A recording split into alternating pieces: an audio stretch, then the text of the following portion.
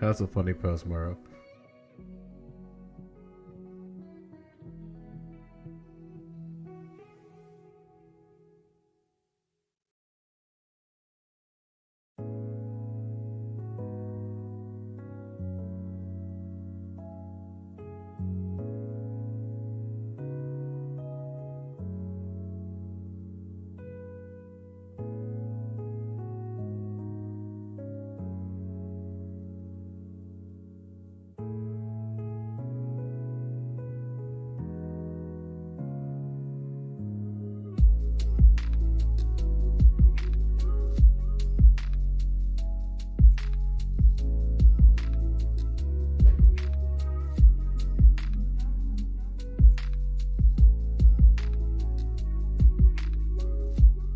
I will trust the plan.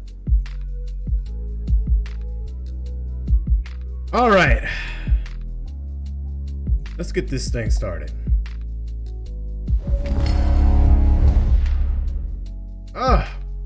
What's going on, everybody? It's your boy GXG.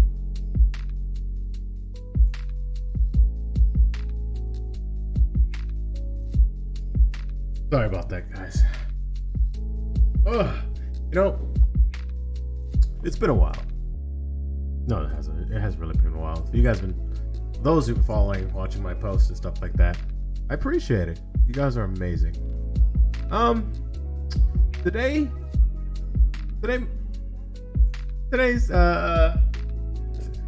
PBP. It's gonna be a good little informational one. You know, something we can all relate to. It has to do with Reefer. Can I say Reefer without getting banned? Who knows? Mary Jane and all the other stuff. Trying to find like good music. So sit back, relax, and enjoy the stream.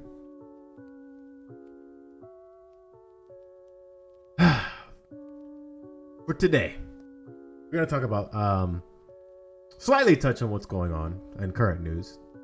A boy Trump got raided by the FBI, of course. You know, wouldn't be a year without someone getting raided by the FBI. And what did they find? Who knows? You know, only time could tell. Is that information going to be released to the public? Who the fuck knows? Only time will tell. What on God's earth are they looking for? Well, you could probably guess it and hit the nail on the head. They might find something in his compound. More likely, we're gonna call it a compound, right? Not an estate. An estate, compound, whatever. They might find what we're gonna talk about today. Weed. Who knows? But is he gonna face consequences for it?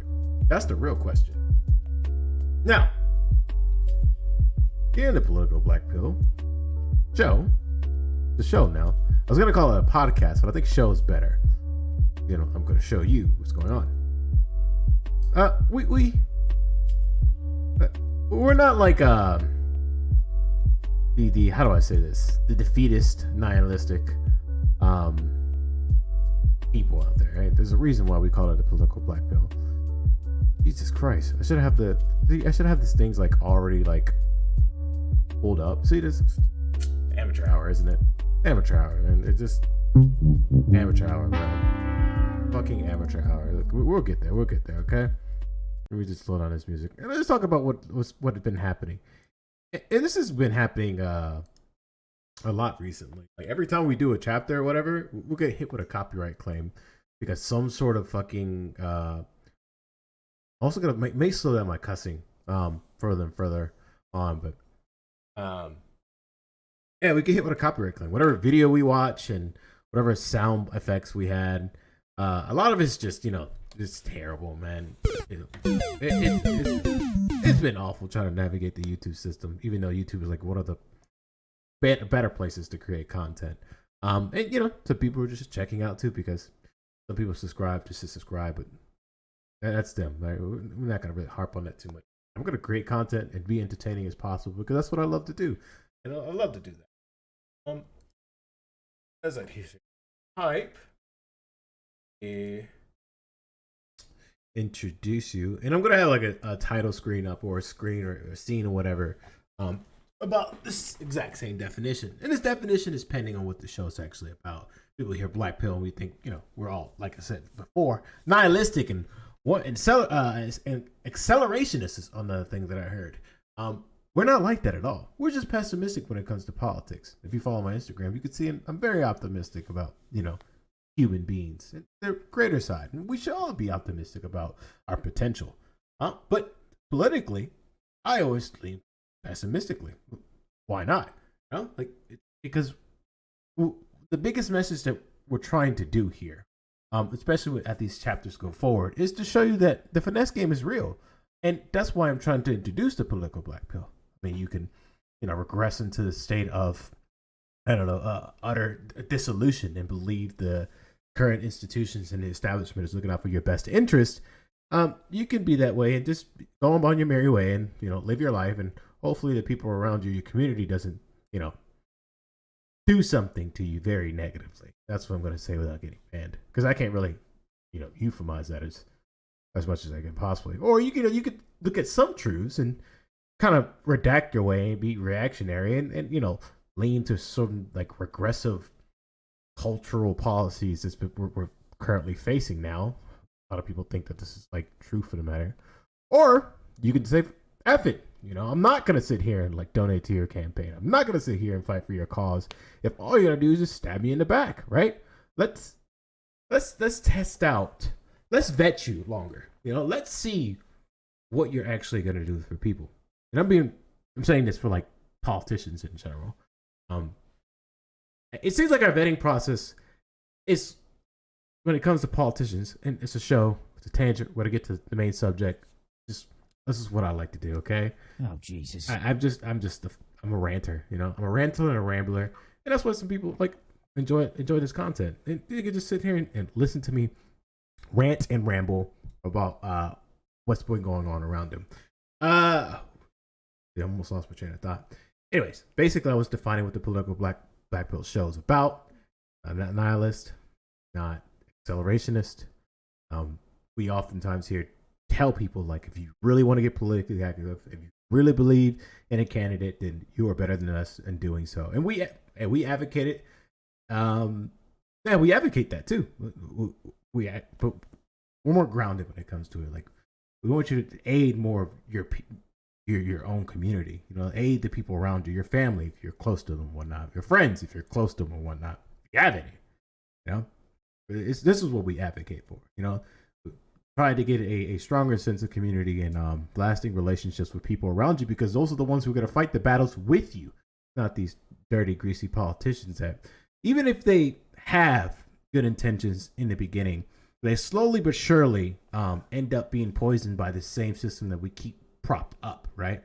A lot of people are saying that this is reflective of the capitalistic system that we live today, and I tend to want to agree with that, but for me to continue to critique capitalism, I need to keep reading and try to understand what capitalism is. And then I can get deeper with it. This is why you buy books. This is why you listen to documentaries, lectures, people online who stream and talk about it as well. It's good to do before you start critiquing it so heavily. And trust me, I am like holding this loaded shotgun when it comes to the critique of capitalism. But for now, to not sound like an idiot on the internet, I'm just gonna keep my reservations about it to a bare minimum, because I want to sound like an idiot that doesn't know what he's talking about. That seems to be very common online, and I may have my moments. I'm not perfect by any sense of the imagination.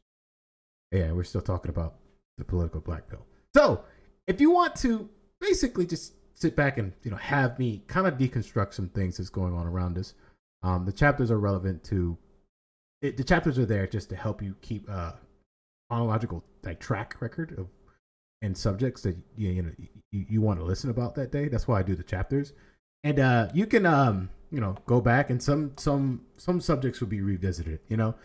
Some things will be revisited. Some opinions may change. So this is just the process of creating a show for yourself. And of course, we're gonna be drinking some coffee to keep me up at night, because that's what I do. I drink caffeine just to stay up. And if this is the type of things you'd like to hear, or something that helps you fall asleep, or something that pisses you off, and you want to talk about it, then, do that. And also, if you're on Twitch, you can also pin your comment. And let's see. Yeah. And Trovo, we're on YouTube, Trovo, Twitch. What else are we on? And Facebook. We can't forget Facebook. I'm going to start working on those too. And also, I'm going to start editing the Discord. So if you want to join the Propagandist Guild, that's the guild. That's just play on words. I love playing on words. It's just my favorite thing to do. Ask any fucking lefty and ask them, why did you decide to make that acronym? Why did you decide to make that message? And just start scratching their head. Just love playing with words. It's the fun thing to do. Anyways, so we talked about, we touched on a bit on the raid that happened in Trump's Mar-a-Lago estate. So let's see. Let's catch up some current events. Right now, the hot, juicy, spicy event.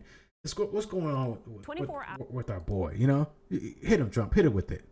Hit him with it. May Allah awaken the people and help them to see the evil doings of Israel and the United States. One of the most base statements he ever said. And I don't care what no one tells me. He actually said this, okay?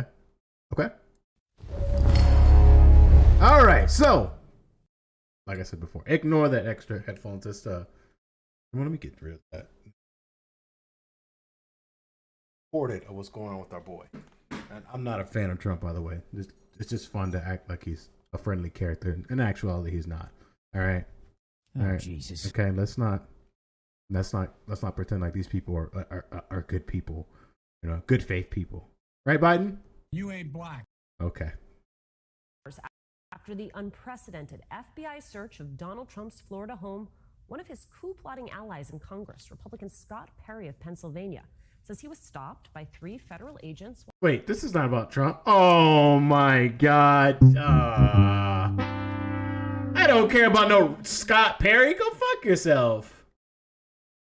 Former President Donald Trump. Now, he just released a statement saying that FBI agents have raided his Mar-a-Lago home in Palm Beach, and moved that comes as prosecutors escalate their focus on the former U.S. president's conduct. Bloomberg's Bruce Einhorn joins us for more on this. Bruce, what do we know so? By the way, I'm going to try to interrupt as much as possible to make this content more transformative.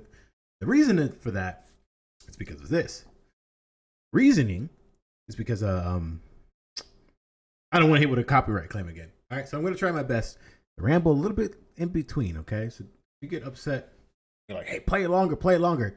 Just hit it. Just hit that in the comment, and I'll try my best to let things stretch as long as I possibly can, okay? We're trying to grow here, okay? Not fall to the wayside because you're upset. Far. So we know that there's a statement from former President Trump that the FBI has conducted a raid of his home in Mar-a-Lago. Trump said that, quote, they even broke into my safe. And he added that Democrats who desperately don't want me to run for president in 2024 are mistreating him. The White House referred to the Justice Department questions about this. The Justice Department has declined to comment on Trump's statement. We know that Trump is currently in New York City at Trump Tower, so is not there in Florida at the moment. Beyond that, we don't have any additional information. Does this? Oh God! See, look, that's just like it's. Of course, you're gonna keep away vital information. Why not? Right? Why not?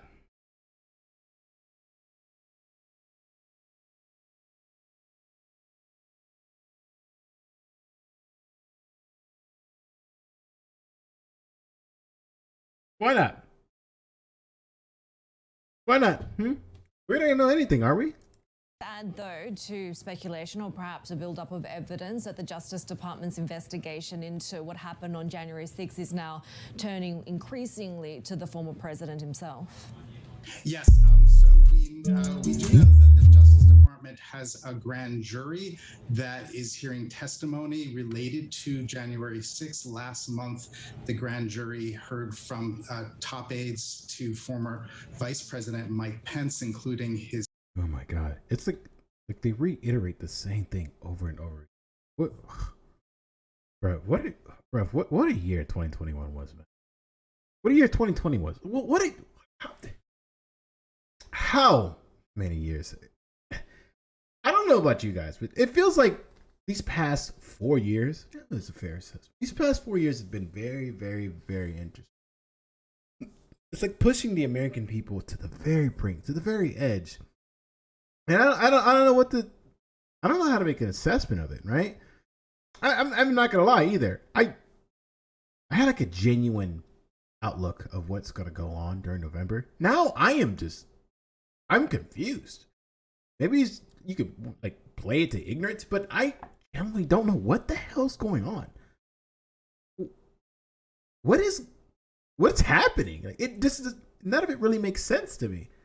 Of course, we're not going to get as much information as we we would like in the initial. Maybe things will start to develop. Hell, I bet you a lot of people right now are basically foaming at the mouth to see Trump on trial. That's going to produce anything. How many times this guy's been to court? How many times? It's a Tuesday. It's a Tuesday. It's gonna be a team of lawyers if they actually bring him to court, actually bring him to trial upon anything that they gotta accuse him of. Chief of staff. There also are possible crimes that the January 6th committee has said that laid out that these are things that potentially could be things that the former president could be prosecuted for.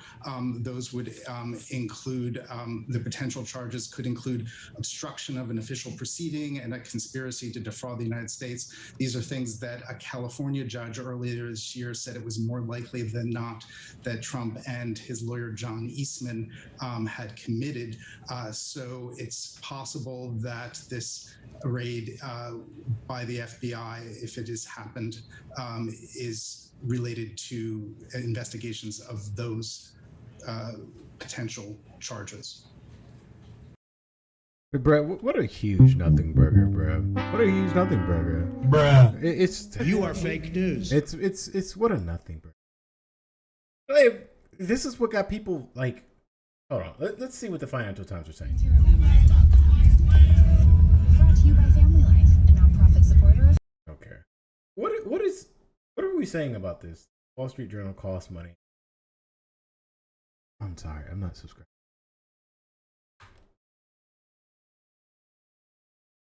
Has that commented? Our lobby was carried out. The move sparked backlash from Republicans who portrayed it as a politically motivated attack on someone who's repeatedly raised the prospect of trying to win back the White House in 2024. Pence, blah blah blah. So this is just a whole bunch of fluff. I until something actually comes out, this breaking news is not as this is just not. It's just not like nothing really much to report. Right? I'm Donald Trump, and I approve this message. Thank you, sir. Hey, why did you put all the freaking? Why did you even like put all these Donald Trump stuff? Because people love hearing his voice. All right, why not capitalize on it? Crazy, man. Nothing. Really nothing right now. It's a whole bunch of fluff. A whole bunch of speculation. Well, onto what it is. It's more likely to do with the January 6th trial and basically coordinated effort for the Democrats right now to show some teeth against Republicans. And why not do that? But bring up the villain, the main villain, the main bad guy, Trump. That's what it sounds like it is. It sounds like that's what it is right now. I might be completely wrong. Maybe, I mean, of course, it's probably, allegedly, there may be evidence to the contrary of my statement. We're going to see. Only time's going to tell. Is he going to face any persecution or any, like, jury for his actions, especially the crime against the United States? Your guess is as good as mine, you know? So, let's move forward.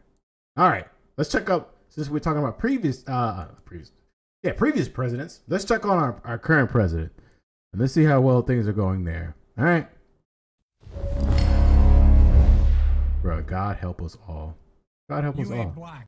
Shut up. Anybody ask you, Biden? Do that. So it's going to be different. We're going to come back better than before. And I really mean. I had no control of this audio, by the way. I had no control of this audio. It's just playing on your right ear, just like it's playing on mine. That's the objective I have. Not come back to what we were before. Come back to better than we were before. And I mean this, Gov, and you know I mean it. And I'm confident with your leadership we can do it. Along with we call them county executives right from the judge here. I'm finding this is something that we can all do. We can get this done. Because we're the only country in the world that has come out of every major disaster stronger than we went into it. We got clobbered going in, but we came out stronger. That's the objective here. It's not just to get back to where we were, it's to get back to better than where we were. And we have the wherewithal to do it now with the legislation that's been bipartisanly passed. So I don't want any Kentuckian telling me you don't have to do this for me. Oh, yeah, we do. You're an American citizen. We never give up. We never stop. We never bow. We never bend. We just go forward. And that's what we're going to do here. And you're going to see. And I promise you, the bad news for you is I'm coming back because I want to see it. Thank you very much.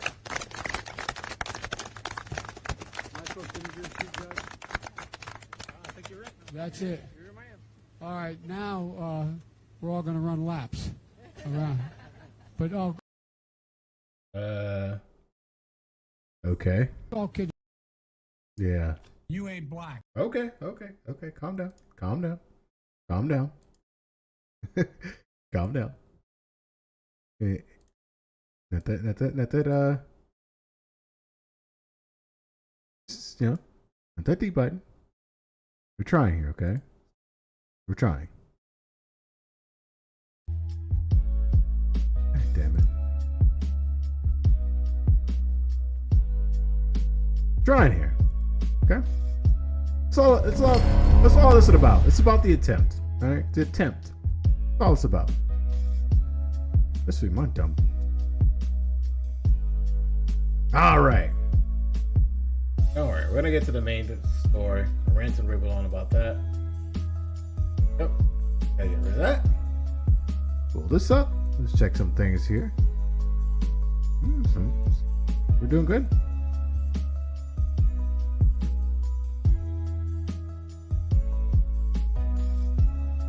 Whoa! Rainwater is no longer safe to drink anywhere on Earth, scientist says. Oh, that's not good.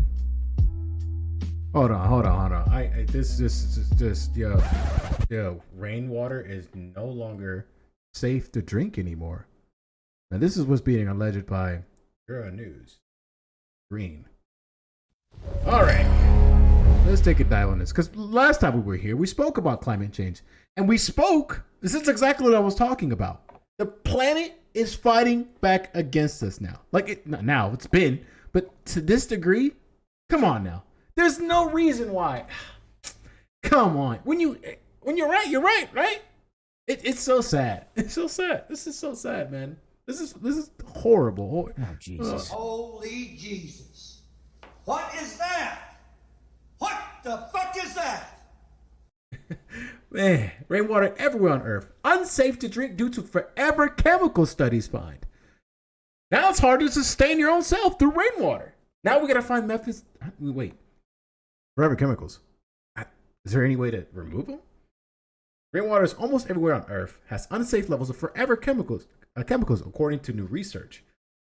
Here in I do not know how to say fluoroalkyl substance.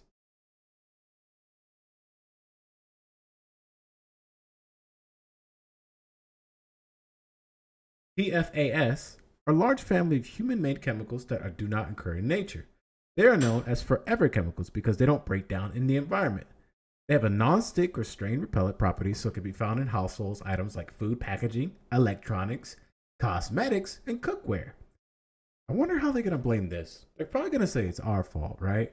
And they're going to try to push with more individualistic campaigns that basically make us be austeric. Is that a word? Just reduce our environmental footprint, which, it has its merits.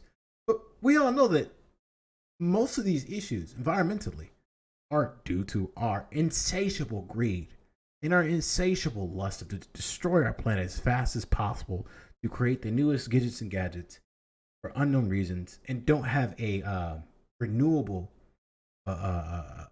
blueprint for our infrastructure, right? We don't have anything in cost. People call it green, but I think to be more politically safe, they need to find a new term for green, right? Something that can play the hearts of most people, because now people are going to associate, because of our now more center right-leaning country, in my opinion, more people are going to hear green and they're going to automatically think of the cultural war narrative of wokeness and all the other stuff. So that's the issue. But now researchers at the University of Stockholm has found them in rainwater in most locations on the planet, including Antarctica. There is no safe space to escape them. Rainwater everywhere is unsafe to drink. So now when you see movies, like even biopics, even like docuseries following a person, you can call it fiction now if they go out there and stick their tongue out in the rainwater. It's no longer safe. So now our generation has to deal with the residue of lead. I might have to start another chapter on this too. Maybe a part 2. The planet is fighting back against us, part 2. What else? Lead, microplastic, which is much more common in our generation, millennial generation. Don't worry, we're going to get to the weed part of the show, but this is, we talk about things that are going on around the world. And then this is, how I'm cooking this show idea, how we're stringing this all together. And it's better that, we dip our toes in what's going on in current, past, future, what what's going on currently, so we can kind of wake up and get the ball rolling and I can get the juices flowing so we can talk about the subject without, any sort of distractions or me kind of losing myself within it. So, back to the article. Rainwater everywhere is unsafe to drink. The safe guideline levels for some of these forever chemicals have dropped dramatically over the last 2 decades due to new insights into their toxicity. There have been an astounding decline in guideline values for PFAS in drinking water in the last 20 years, says Ian Cousins, lead author of the study and professor of the Department of Environmental Science, Stockholm University. Let's see. For one well-known substance, the cancer-causing PFOAA water guidelines values have declined by 37.5 million times in the U.S., of course. Based on the latest U.S. guidelines for PFOA in drinking water, rainwater everywhere would be judged unsafe to drink, he says. Although in the industry world, we don't often drink rainwater, many people around the world expect it to be safe to drink, and it supplies many of our drinking water resources. So, here is the kicker with it. And it kind of dawned on me too. It's gonna get Americans are very blind to the world around them. Yeah, they are. Not very well traveled. Not very well. How do I say this? Multiculturally explored, without being reactionary to that exploration or just the thought of anyone not being them, right? So they make, if we hear, say the countries get together and say, hey, America, you guys need to stop basically polluting the water. It's starting to affect us globally. Scientists are saying now even the drinking water that many other poor nations or even like second world countries are having difficulty, or even first world countries and pockets of first world countries, they're having difficulty like sourcing their water from rain, which they believe is natural and pure way to drink water. Now it's because of our excess and excess pollutants, excess use of these forever chemicals, that we have made it unsafe to not only live in your own first world country, but to live on the planet, right? You think America's going to be aghast to that and just basically ramp things up? I think the reactionary is fine, a talking point to basically push this, sweep this under the rug, right? It's going to happen. It's bound to happen. And no, Paris climate change accord, no, how do I say this? There has to be risk for these countries. Well, there has to be risk associated with countries regulating each other for not taking care of the environment and keeping these gigantic corporations from polluting the world around us. It's getting to the point where we just need to check each other. But I don't know. It's harder because maybe countries are very nationalistic and egotistic. I don't know. It's a solution. Either we find a solution for ourselves to continue our species, or the Earth is going to find a solution for us. And the latter half, it's not a good half. Non-political joke? What's up? Is it streamer friendly? The Elvis, he's white. Clip finally dropped. White. He's white? What do you think, Texarkana? Shall we play for the 27th time? Wait. Isn't this clip copyrighted from the movie?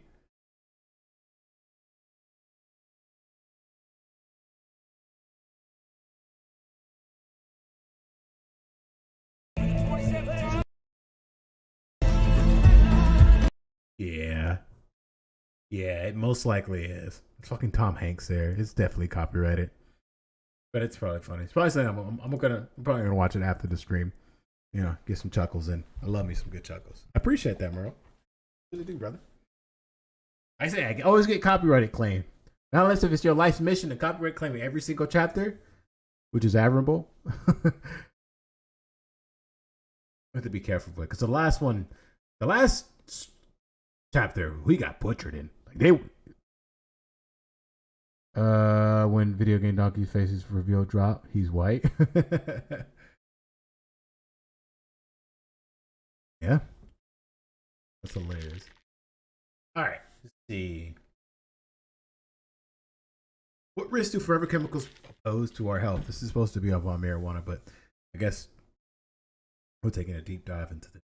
This is okay, yeah. This is just something I'm extremely interested in.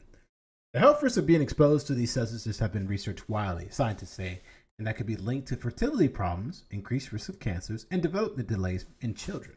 But others say that no cause and effects can be proven between the chemicals and poor health. Despite this, as a result of this new research, some are calling for tighter restrictions on PFAS. It cannot be that some few benefits economically while polluting drinking water for millions, as I said, of others, and causing serious health problems, as I said before we even got to this paragraph. Says Dr. Jane Nukin, managing director of the Food Packaging Foundation in Zurich, who wasn't involved in the study. The vast amount that will cause to reduce PFAS in drink waters to the level that are safe based on current scientific understanding needs to be paid by the industry producing these toxic chemicals. Time to act, she says, is now. Good luck. You're not gonna get any corporations to get on board with this. Maybe a few who may delineate from the path or to deviate from the path. But no. Comes an association of cost. It's just not gonna. Or they might do this. They might be switch it, right? But I say, oh no, now we're instead of BPA free, now we're PFAS free, and then they'll use another toxic compound that's basically similar to the previous one. That's also gonna toxify the planet that we live in. It's just a constant struggle, right? But this constant struggle of corporation versus planet, there's only going to be one victor, and that's the planet, right? It just is. No amount of money is going to save you from the end results of what you've done to it. It's just not. It's not. You know, it's over. Now, that was something very interesting, wasn't it? All right. Marijuana, what are we doing? Marijuana. Can I say that without being banned?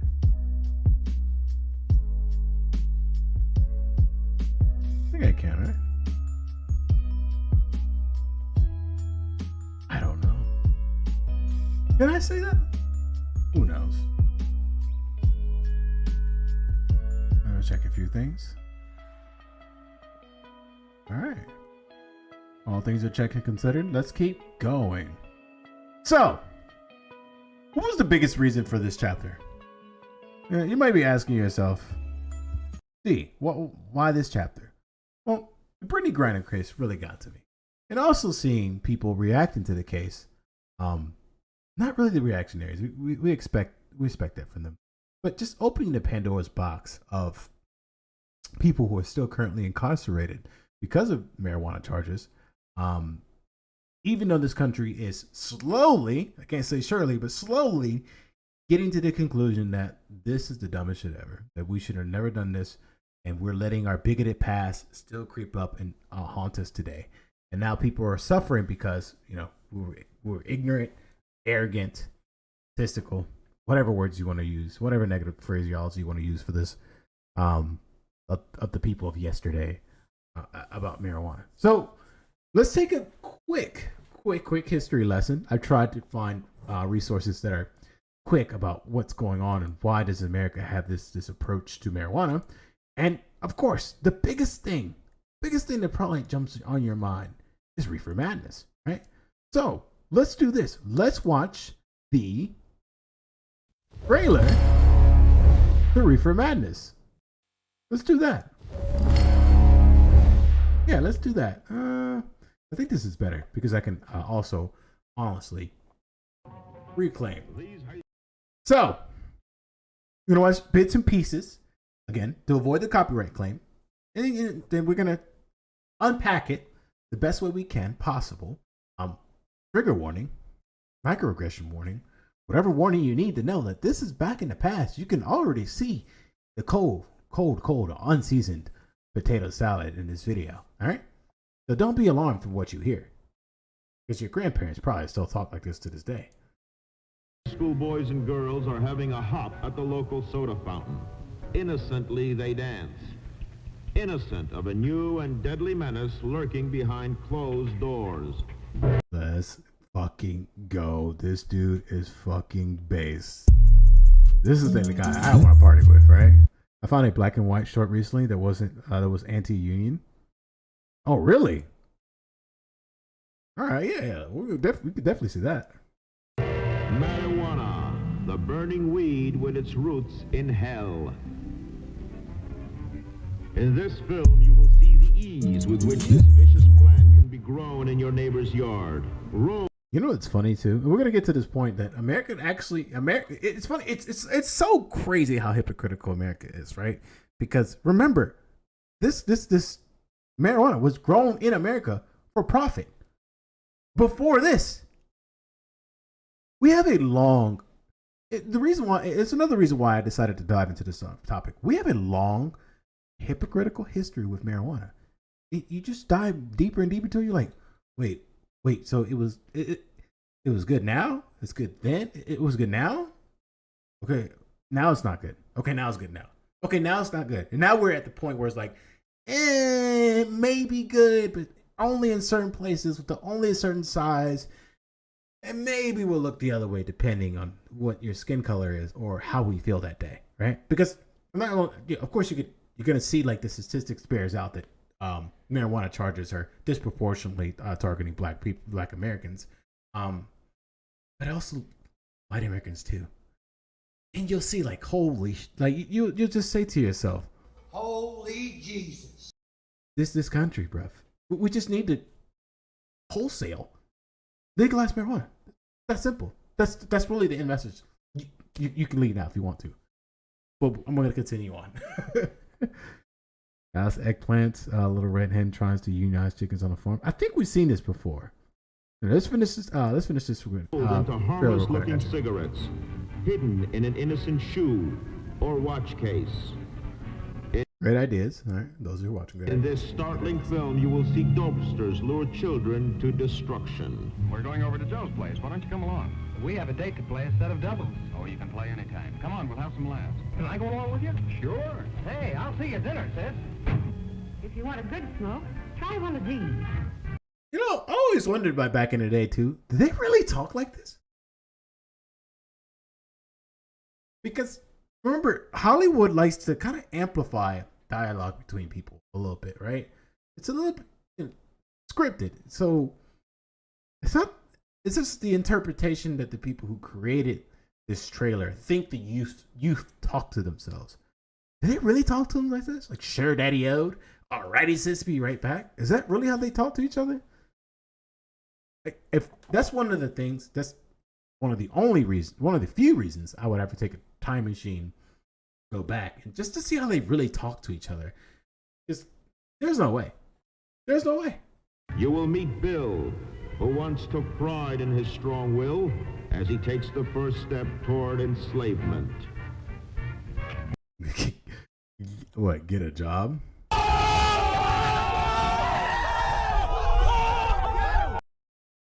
I'll be here all day.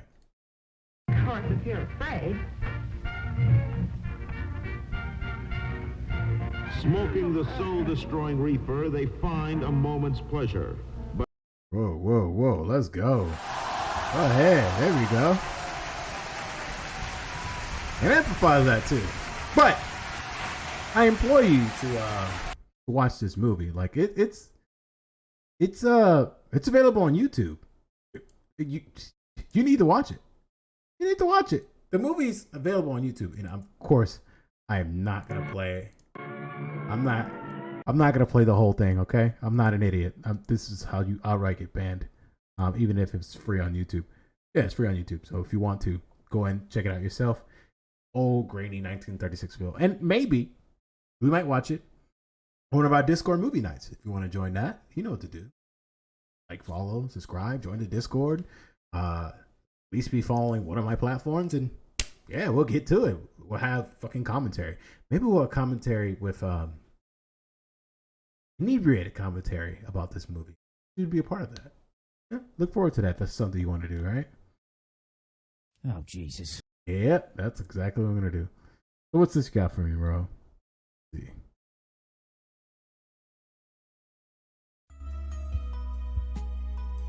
Oh, we've seen this before. We have. Oh my god. You see this tag right here? By Walt Disney? You can't play it. No matter how old it is. You can't play it. They won't let you play it. There's no way. This shit's probably copyright to the moon, right? Let's see. Oh no, look at that. I might be wrong. Anytime I see Walt Disney, you run fast, okay? But to it. The Alice eggplant, Alice and Julius have a chicken farm, but a Russian spy chicken named Little Red Hansky made their chicken strike. Clever Alice then organized. I was just going to describe what it is, and then we'll go on from there. Okay, this is more readable for you. She was supposed to be second Alice after Virginia Davis, who quit after some arguments about her salary. Disney's salary offered proved to be too low for O'Day as well. The next Alice will be Marjorie Gay, who would serve as Alice during the 1925 and 1926. In Alice Eggplant, one can already see the transition from emphasis on live action to animation. Oh, wait. This is just a description of. Oh man, where do you find this stuff, bro? So this is the anti-union propaganda, huh? Let's see. Let's watch a tiny piece of it.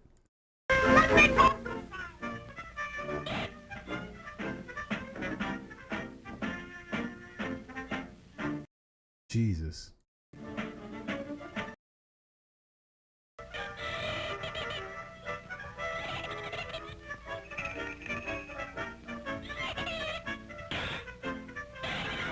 Oh my God, this was cinema back in shit.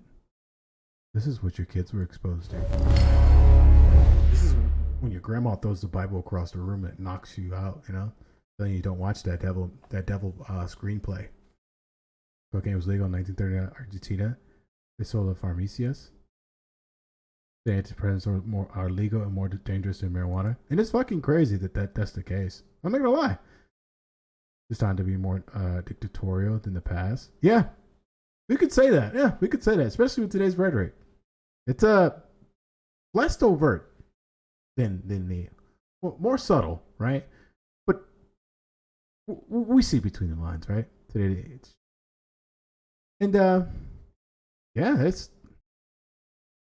Reefer Madness is available. Right, back to the topic at hand. Yeah, Reefer Madness is available if you decide that you want to go and watch this and know the history of it. So let's have another slight history lesson. And then we'll be done with the history lessons, and then we can move on to the other part of people still being incarcerated, people dealing with the incarceration. And then we can talk about Brittany Griner. And I might give you some tips on like countries that are, very, very progressive when it comes to marijuana. and then you yourself can decide if you want to, you know, take some trips, be more culturally exposed, you know, instead of how some Americans aren't. Thank you for your comments, Alberto, as well. All right, so let's get back to it. Again, fair use privileges, fair use, fair use. All right. Cannabis laws in America have been in effect since the 1600s. And okay, and if you see this content and you want to subscribe to their channel, I always implore you to subscribe to their channel. It's exactly what you're supposed to do. You know, if you like what they do here, and you want, you know, it really costs you nothing to follow them on Twitter and whatnot. And me. All right. Although not like you'd expect. According to a decree by King James I, all colonists in the Virginia Company were ordered to grow hemp for export. Recreational use of cannabis was highly associated with the wave of Mexican immigration to come to the U.S. after the Mexican Revolution of 1910. They referred to the drug as marijuana.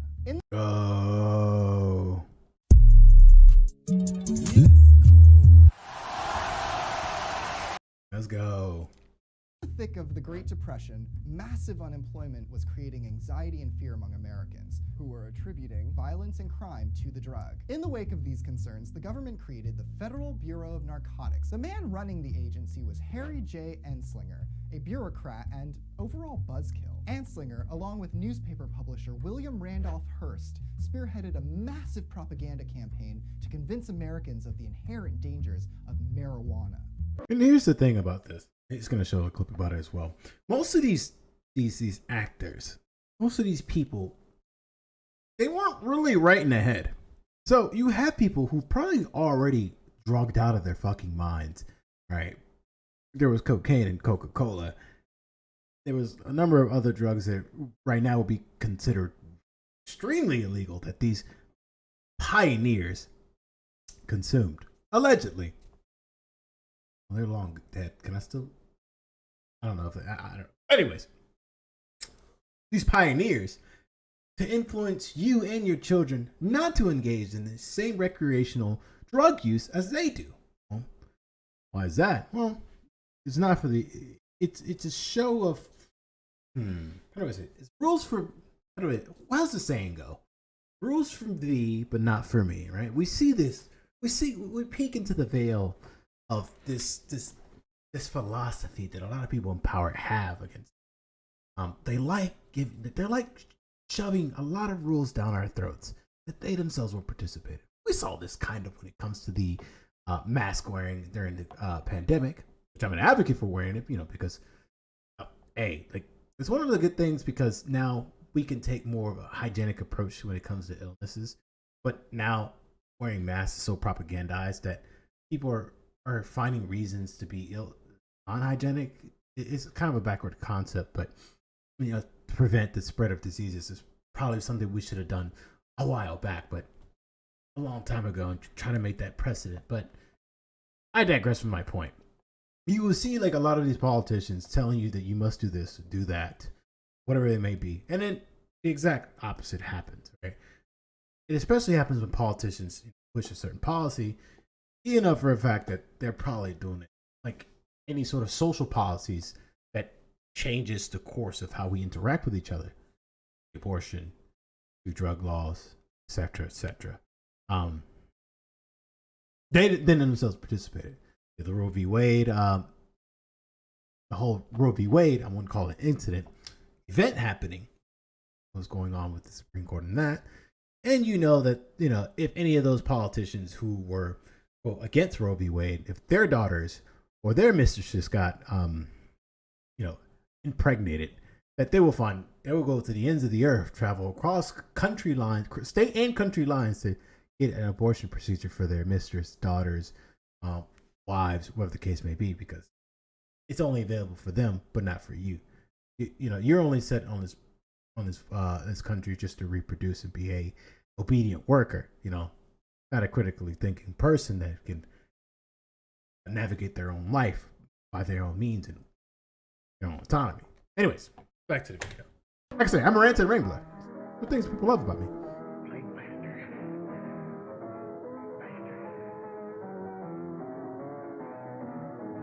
Bro, I don't know about you, but that looks like a really good time. I'm not gonna lie. That looks, that That looks like that's a good time. What do you think, Biden?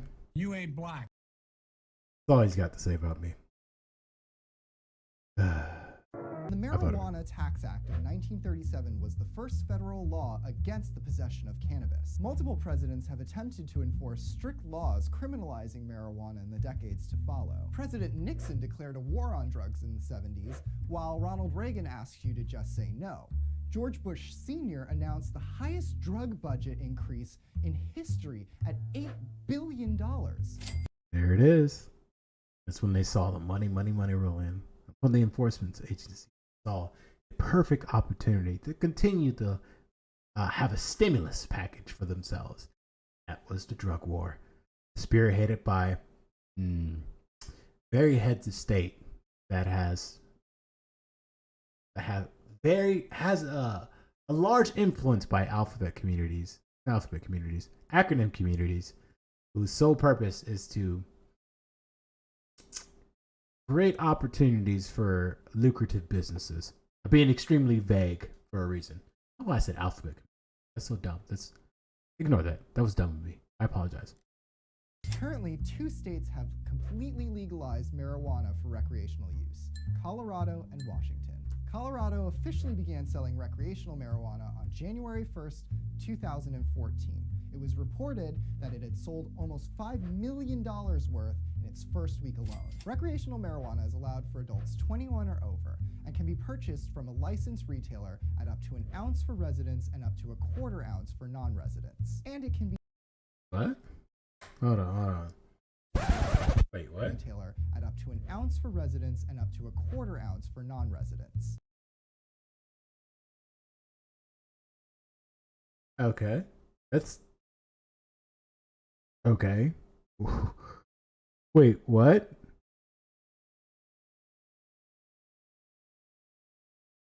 Hold on. Let me check something real quick. What that? I don't know why I have the Windows Store even pinned to my damn The Masters have a lot of fun with this. They really want us to watch the show of our lives. Everything's a lie. Exactly. Welcome to the political black pill. That's how things go down. Let's see. And it can be given as a gift. 9 states have laws that allow the use of marijuana for medical purposes. 9 more states allow for the use of medical marijuana and have decriminalized possession laws. 6 states have decriminalized possession laws, and all the other states consider possession of cannabis a criminal act. To learn more about marijuana... Isn't it crazy how divided our country is, even when something is... Now we have research and evidence to show as minute as marijuana. But of course, the narrative to push back against that, especially in these states that are highlighted white, is now that they're being laced. Newsflash: it happens all the time, even with legal drugs, quote unquote legal drugs. But yeah, that's our slight history lesson back into marijuana, right? That's just how things are. God, some of these lo-fi shits are so bad.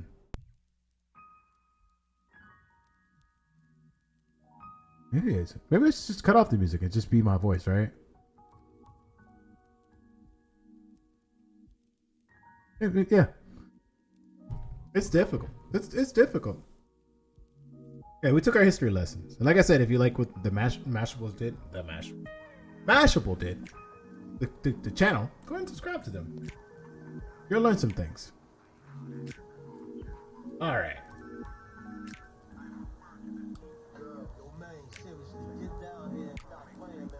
What's next on our agenda, guys? Now that we know the slight history of marijuana,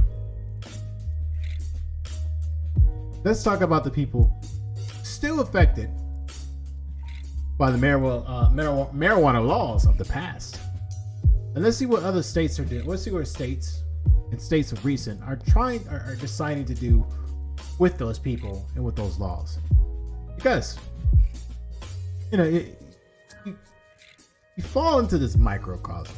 You fall into this issue when it comes to like the passing of laws and that decriminalize what used to be an illegal offense. try to ask yourself, okay, a state's asking themselves, okay, we do criminalize it, right?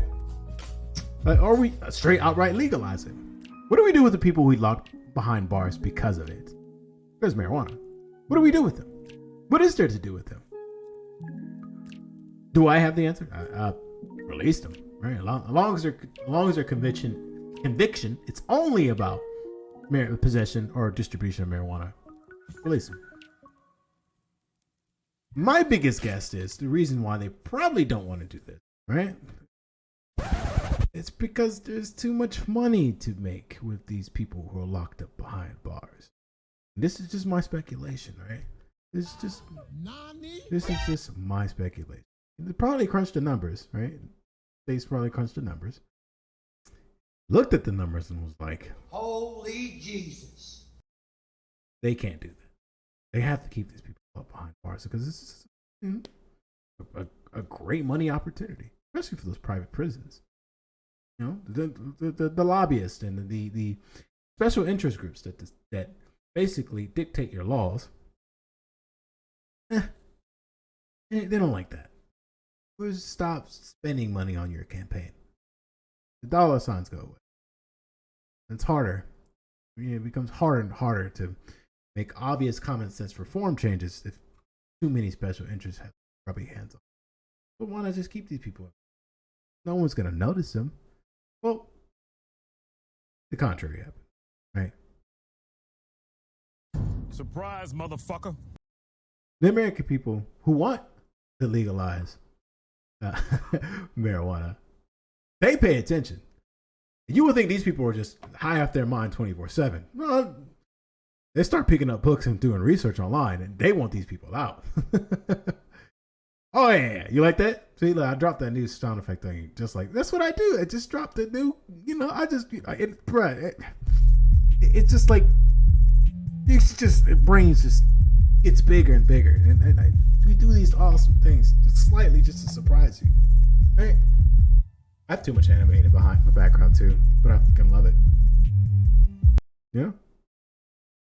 That was supposed to be the L theme, but hip hop version.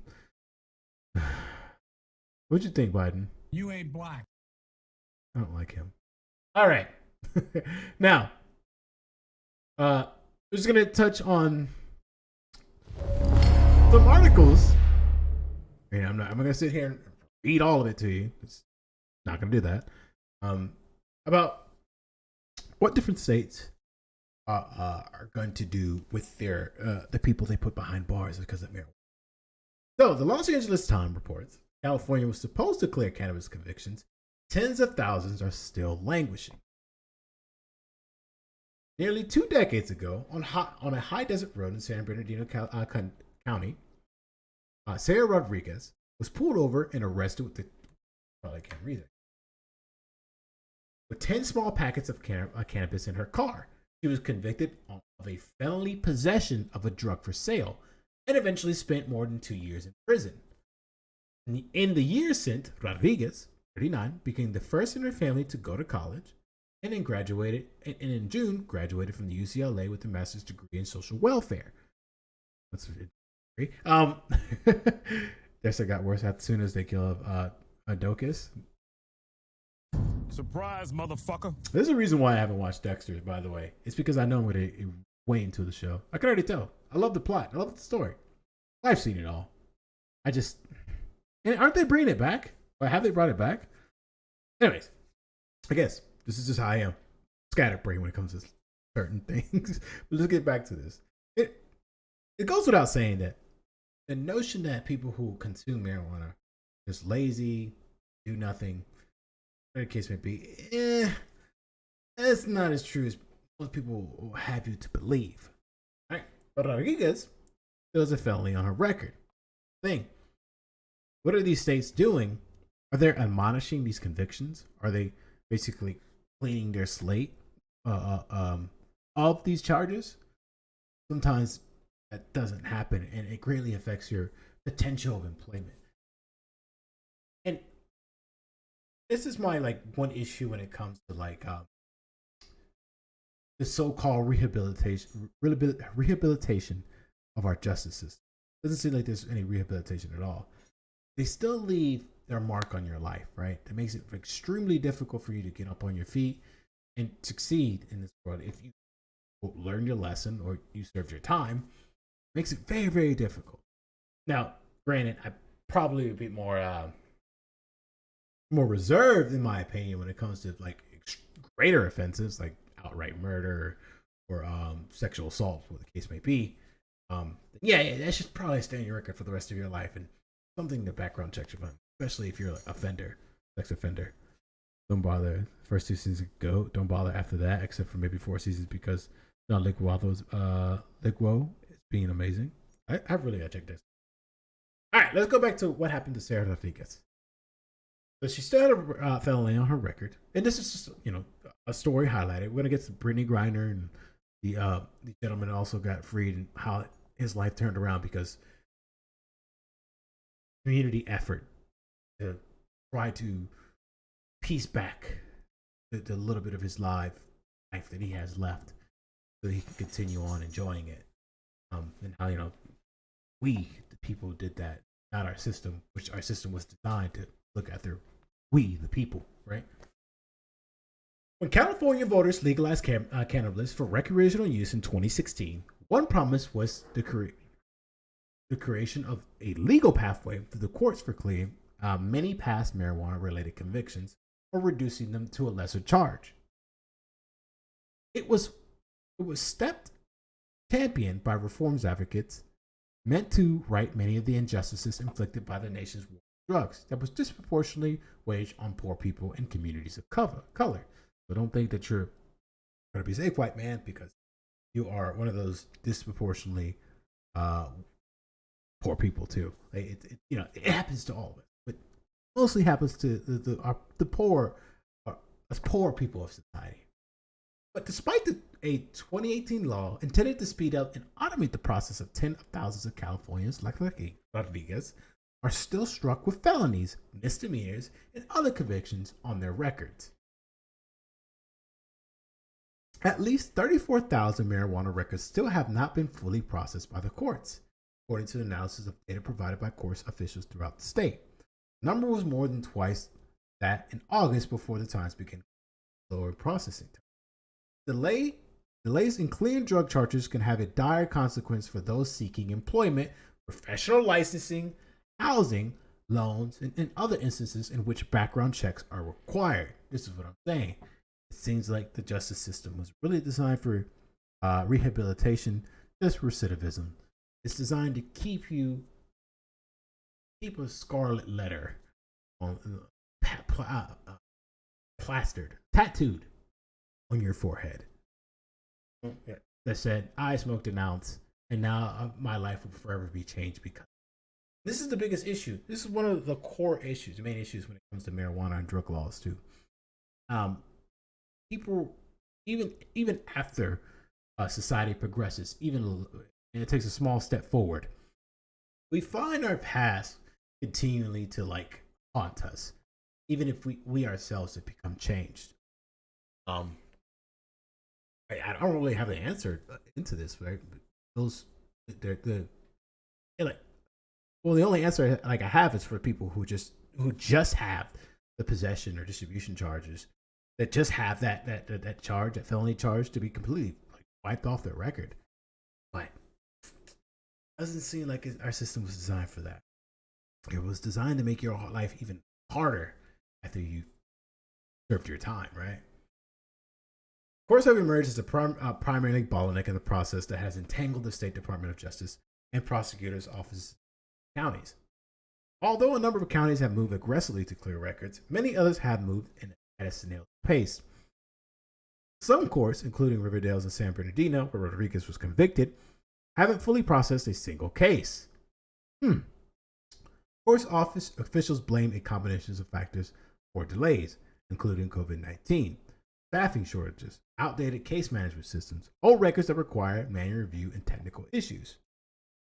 So, again, ancient dinosaur system that hasn't kept up with the times or technology and hasn't made, contingencies upon their process, now has to basically sprint towards a newer infrastructure. It makes it more and more difficult for us to make any sort of progress. This is why a lot of people oftentimes are now advocating, especially on the left, are now advocating for the complete abolishment and reconstruction of systems and infrastructure instead of the reformity of systems and structures. This is why when you hear like people say abolish the police, abolish this and that, abolish this and that, it's because they're tired going back to the same old played out book of reform, right? Because even though I'm sometimes an advocate of reform to some policies, I can see the argument of completely abolishing it and starting from new, because what's worse than what we have now, right? That's the thinking. That's the logic behind it. What's worse than what we have now? It's moving at too slow of a pace. Too many people are being affected. Too many people can't move on with their lives. We want to call ourselves the greatest country on the world, but yet our institutions, our core institutions, our governmental bodies are just so far behind. They're too far behind, right? All right, let me just continue on, read a couple more paragraphs, and then we're done, and we'll move on to the next. San Bernardino County Superior Court was severely impacted by COVID-19, with being partially closed for 75 days and experienced staffing shortages, illnesses, quarantining, along with severe budget reductions, spokesman Julia Van Hook wrote in her email. But many advocates see the delay as a continuation of a long pattern of failing to address this, the desperate impact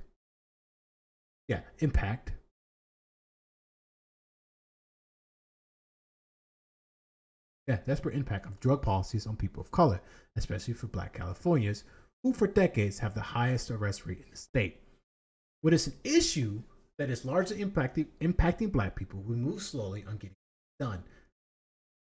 Says Ms. Green, an attorney at Hood and Incubator, which advocates for racial and economic equity in the cannabis industry.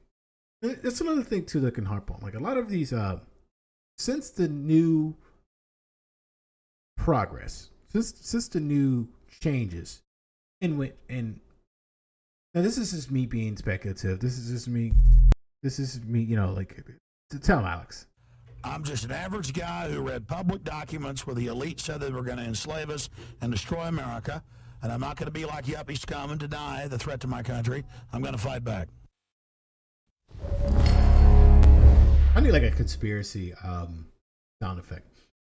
But here's just my speculation of why things haven't really changed when it comes to like the decriminalization and the effectiveness of us currently trying to reform the system to a newer era, especially with the drug laws. It's because now that we're shifting, right? Because we have to remember that most of our policy makers, legislative drafters, are dinosaurs. They grew up in an era with a different mindset than we, right? A very heavily racial divided, how do I say this? Racially motivated way of governing. Let's see, our current president, for an example, past president, as another example, maybe your current senator or congressperson. We can look into that. Maybe there should be a political chapter, Black Pill chapter. The era in which our politicians grew up in, and how did that affect us today? Well, it's actually a good idea. I like that. On the spot. You see how good I am? See? Look, you should. That's not it. Where are you at? Yeah. I think I'm just gonna stick with that one. An era in which a lot of things were racially motivated in terms of being very prejudiced to people of color, and extremely discriminatory to them as well, and also lower class people, or what we deem lower class in this country. Oof. So, my conspiracy theory on that. My conspiracy theory when it comes to like the decriminalization and legalization of certain drug laws is this. What they want to do is to make sure that they keep a certain outlook on people of color and lower and poorer people. What is this outlook? What do I mean by this? Why do I say this? Like, they're keeping the old ways of the system to continually affect people of color and poor people, so they can have this social stigma that what they deem the lower class of society doesn't deserve any sort of economic foothold, right? Because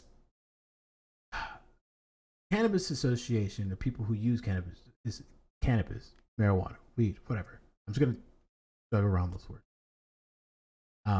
It's usually associated with like a poor, either a person of color, a poor person, and they have larger quantities of it. So if they decide to outright legalize marijuana or whatnot, that these people will have an avenue or door to actually make economic strides to be in a healthier or stronger economic position, right? And this allows a lot of legacy companies, legacy corporations, or newer corporations from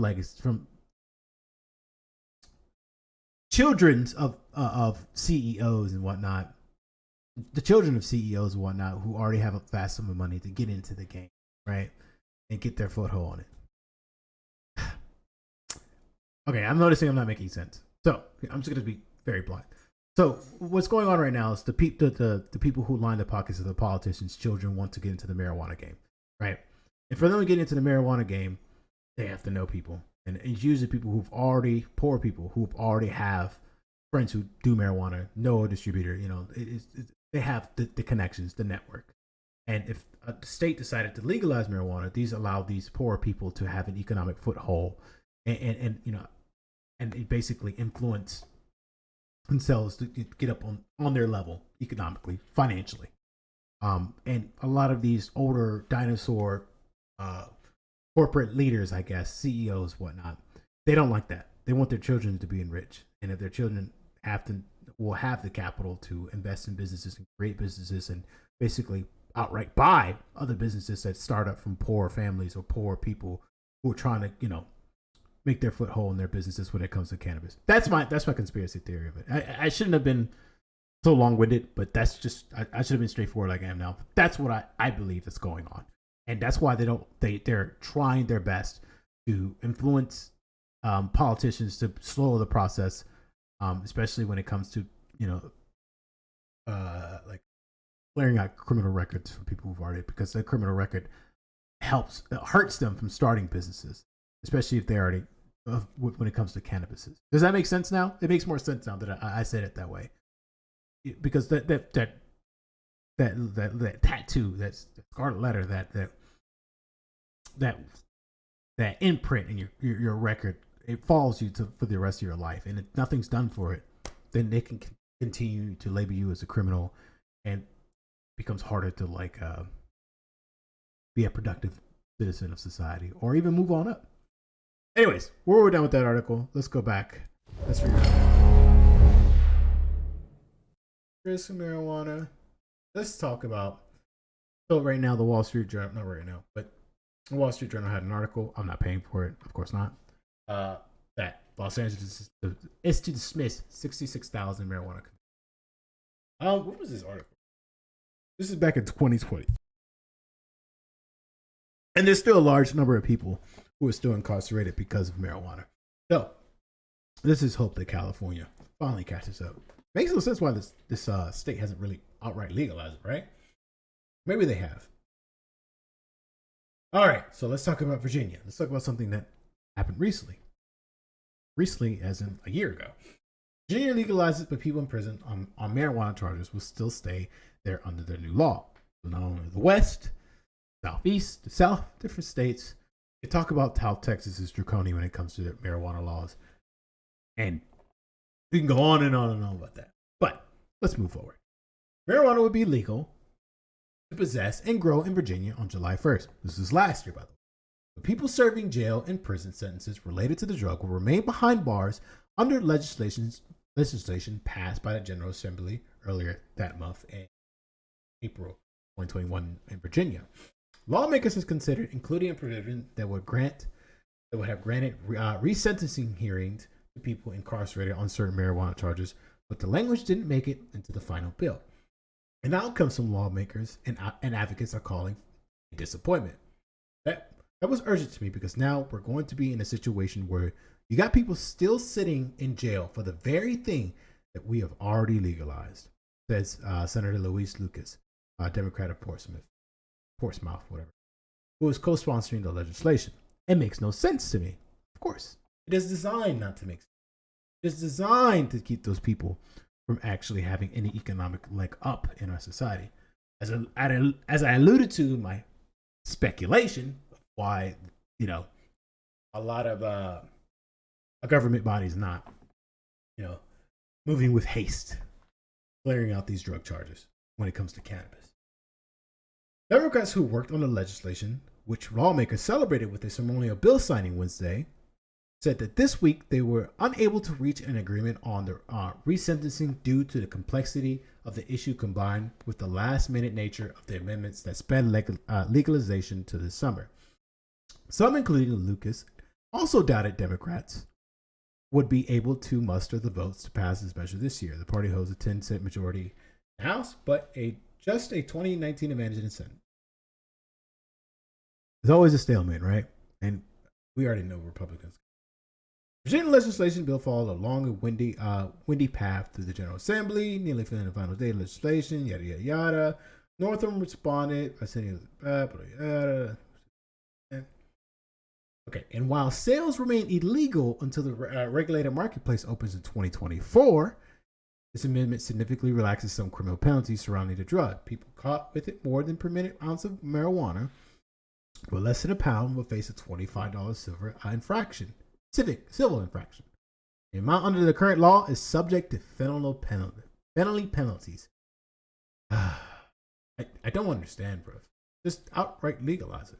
Let's say today and then outright legalize it, wash your hands, be done with it, and then work on getting those people who've been charged with it in the past charges dropped. But it's just so difficult to make these people move in and out an inch, a centimeter, a millimeter. Yeah. Over a 2-year period ending in July 1st, 2020, just over 1,000 people were charged with the distribution of more than half an ounce and less than 5 pounds of marijuana, a charge that is often based on possession of large amounts of marijuana, which soon would be subject to minor penalties. I wonder why they care about the size so much. Even in states that outright legalize it. I wonder what's the rationale with that, right? Often those 1,000 charges were sentenced to jail, serving median sentences of 3 months. Another 17.5% were sentenced to prison, serving a median score of 1.7 years. Okay, that's why I got the 1.7 from.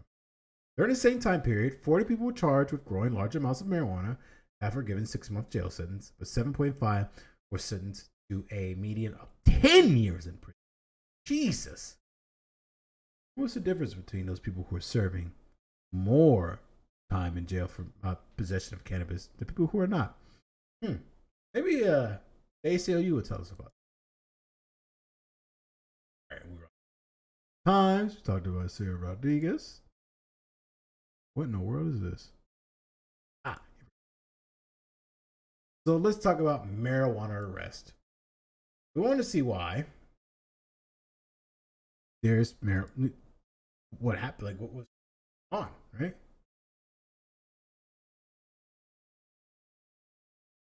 All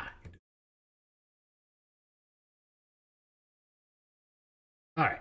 So this is a slideshow that ACLU had posted in their article. And all the articles that all the articles that I posted up, I'm going to probably take time and post on link it in the description as well for those who are watching on YouTube and stuff. That way, if you want to cross references, read them, send me a comment, like, hey, this is something that you got wrong, or hey, blah, blah, blah, or just want to read in your spare time, I'll do that, okay? So, the ACLU posted this slideshow. Most of the people police are arresting are kingpins, but rather people with small amounts of pots. Industry in this. 52% of all drug arrests in 2010 were for marijuana. Large number.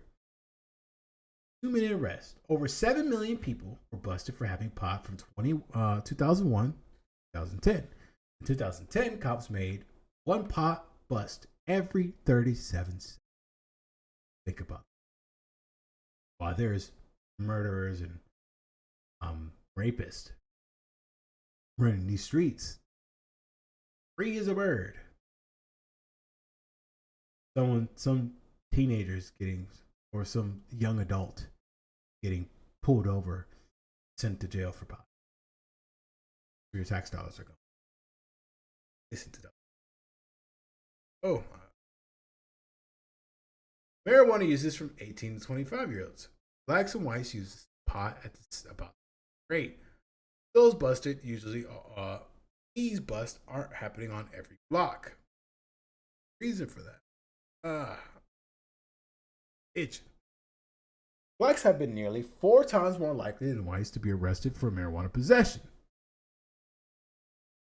Iowa, D.C., Minnesota, and Illinois, blacks were 7.5, all Democratic places, 7.5 to 8.5 times more likely than whites to be arrested for having weed.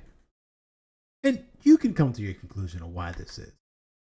Arrest costs too much. A bust can mean losing a job or public benefit. We already alluded to in previous stories of what happens when you are. It's a tattoo on your back. Or, no, it's a tattoo on your forehead that you have to live with until things change. Our communities, marijuana arrest means wasting money that could be better spent. States waste $3 billion, $3.6 billion enforcing marijuana laws every year. Where do you think that money's being funneled to? The prison industrial complex.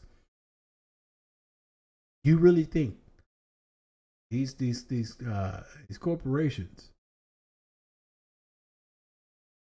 are going to give up on $3.6 billion?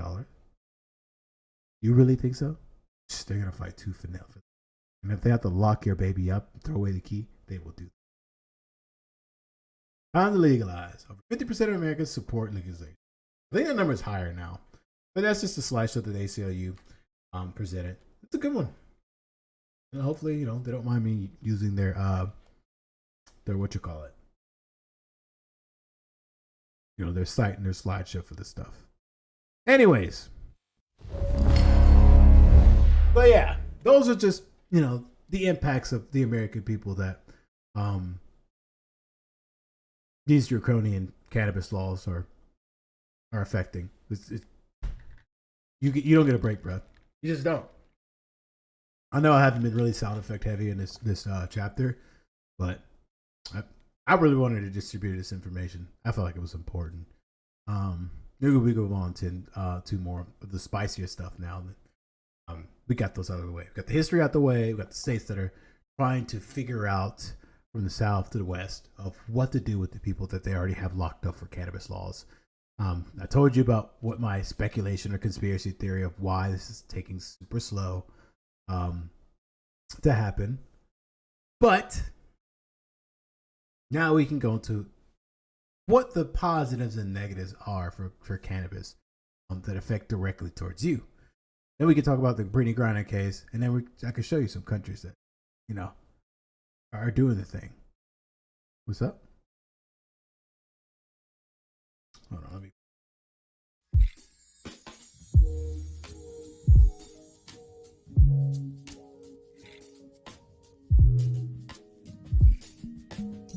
Oh, yeah, I've seen this one. That's a good meme. It's a good meme, Mauro. I can post. Oh, yeah. I forgot. I can't post links on the highlight chats. Yeah, but anyone want to see that? It's on there. It's a funny meme. Don't fake orgasms. Make sure he knows he can't fuck.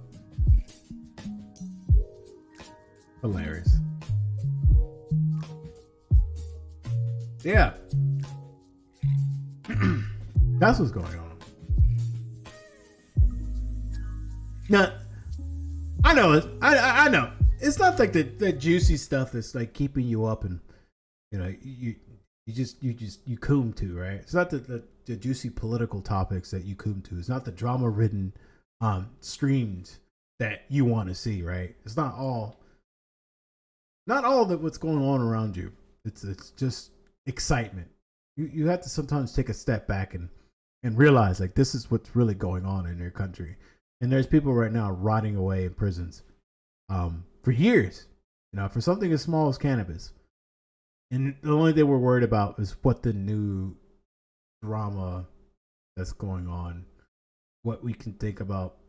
Well, it was important about the FBI raiding Trump's compound. I'm gonna say compound. I like compound better than compound in Mar-a-Lago. And that's just a juicy topic of how we think of what's going on. But someone who's out of prison living his best life in comparison to someone who's not, I think I'll focus my attention more. And plus, we really haven't talked much more about legalizing cannabis. This is not a topic that I've seen a lot of people talk about in their political street. And I wanted to talk about it. There's still states that are just horrible when it comes to these laws. Texas is just a small example. There's other southern states, or others. Then you have to be southern states. Other states who are just behind the times right now, and you're still largely affected because of this. Now, there's workarounds to that, and I implore you to go look at the workarounds in your own state if you really want to consume the THC. But yeah,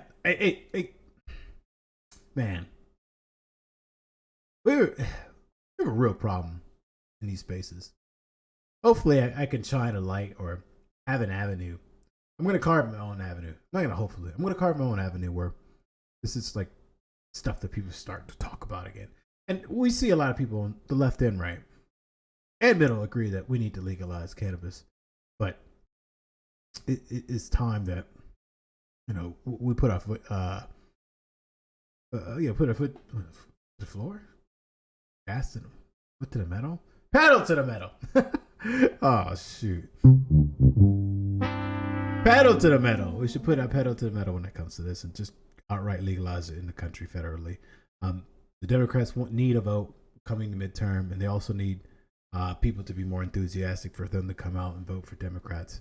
I'm not very enthusiastic, even if they do this, but if they decide to federally at least decriminalize marijuana, and it all will be gravy and straight. But how will they catch? Let me stop. So let's talk about the risk of associated with marijuana, because nothing comes without risk, right? You could fight tooth and nail not to tell yourself this, but sometimes it is the truth, okay? It is the truth, and the truth tells you what's going on. So I'm going to start with the negatives, and then we can move on to the positives. Short and sweet, right?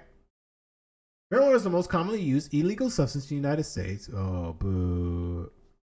This country, bro.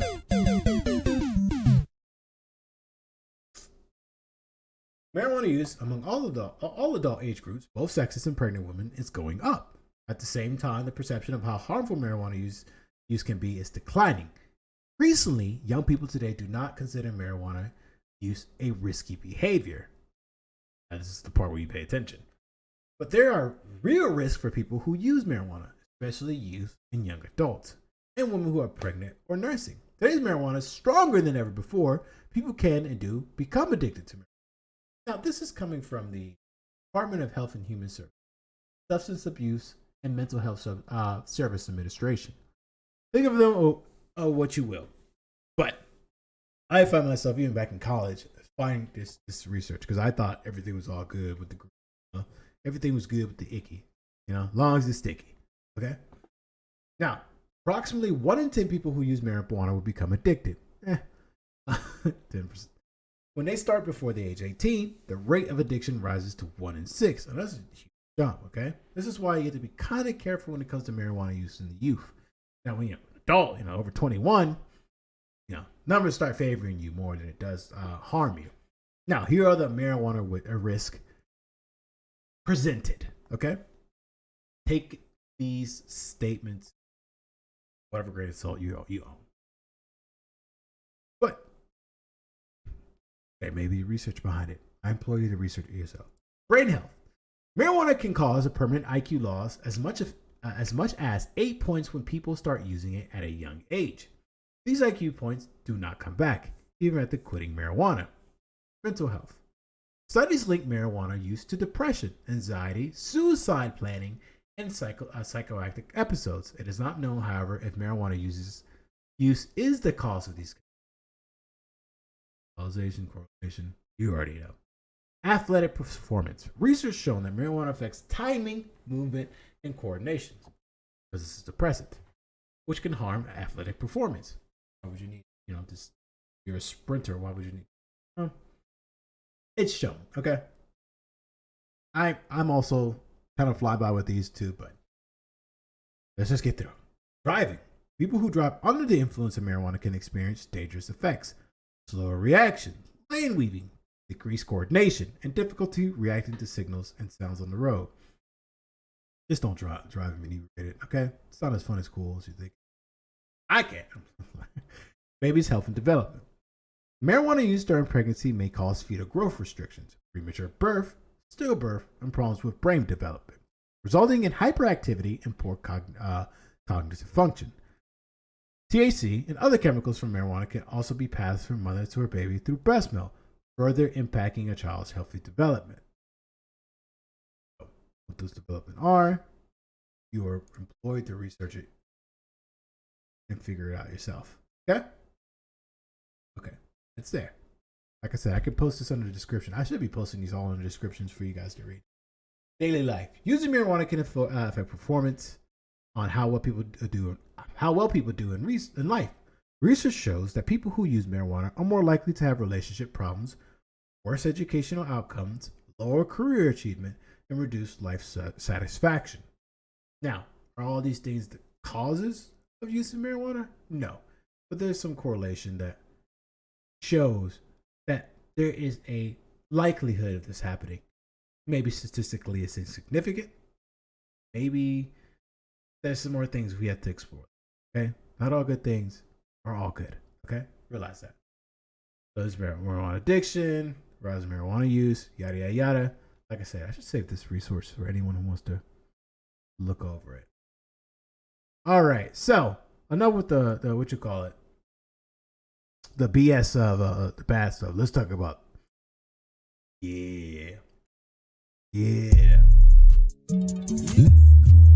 what are the medical benefits of cannabis? We hear these all the time. And it's a greater argument for the legalization of marijuana. Last year, a large review of the National Academy of Science, Engineering, and Medicine assessed more than 10,000 specific scientific studies on the medical benefits and adverse effects of cannabis. One area that the report looked closely at was the use of medical cannabis to treat chronic pain. Chronic pain is the leading cause of disability, affecting more than 25 million adults in the U.S. The review found that cannabis or products containing cannabinoids, which are the active ingredients of cannabis, and other compounds that act on the same receptors in the brain as cannabis, are effective at relieving chronic pain. We all know this. Ever had it after your workout, after a bad fall, or whatever your specific case may be, that sometimes consuming cannabis helps alleviate pains. And think about it. Would you rather be on cannabis, a little bit giggly, a little bit hungry, or would you rather be on pain pills? Come on now. You know the answer to this. I don't have to tell you this. Alcoholism and drug addiction. And this is something that actually surprised me. Another comprehensive review of evidence published last year in the Journal of Clinical Psychology Review revealed that using cannabis may help people with alcohol or opiate dependencies to fight their addictions. But this finding may be contentious. The National Academy of Science Review suggests cannabis use actually drives increased use for abusing and becoming dependent on or other substances. Gateway drug argument or whatever. Also, that the more that someone uses cannabis, the more likely they are to develop a problem using cannabis. Individuals who begin using a drug at a young age are also known to be at increased risk of developing a problem with cannabis use. So, alleviating depression, stress disorder, social anxiety helps with that. Evidence suggests that oral cannabinoids are effective against nausea and vomiting caused by chemotherapy. So, this is one of the biggest reasons why to legalize marijuana. It's helping patients who have cancer. Come on now, especially going after chemotherapy. You see how it wrecks their body. Let them have, smoke that may help alleviate their symptoms. That's all they want. They just want to get away from the pain. Some studies on cancer cells suggest that cannabinoids may either slow down the growth of or kill some types of cancer.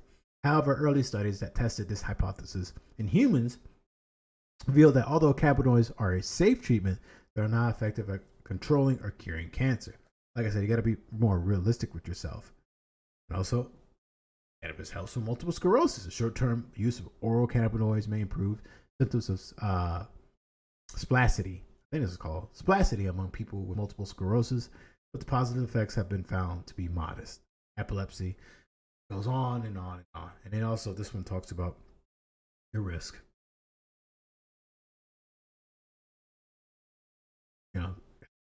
It's just, that's,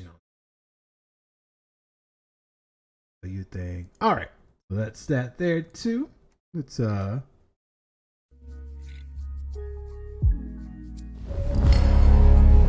take a short break. Let's relax for a couple of minutes.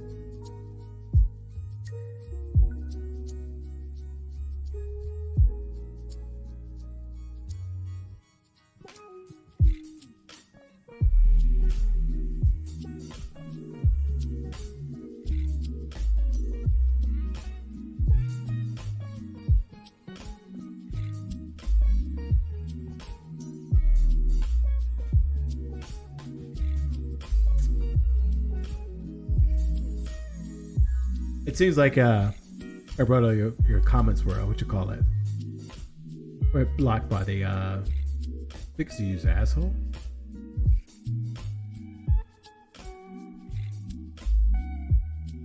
I don't know, how do I change that? Oh, here it is. Okay, all right, there I changed it. And the question is, the traición is real, or are you just around assholes? And the question is, the traición is real, or are you just around assholes? I don't know what happened, but yeah, depression and the recession is real. It's a real thing. It's one thing we have to deal with on a day-to-day basis.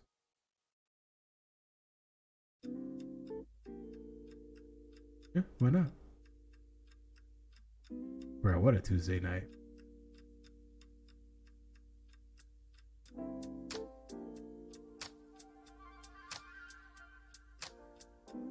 Yeah, let's take a short break right now.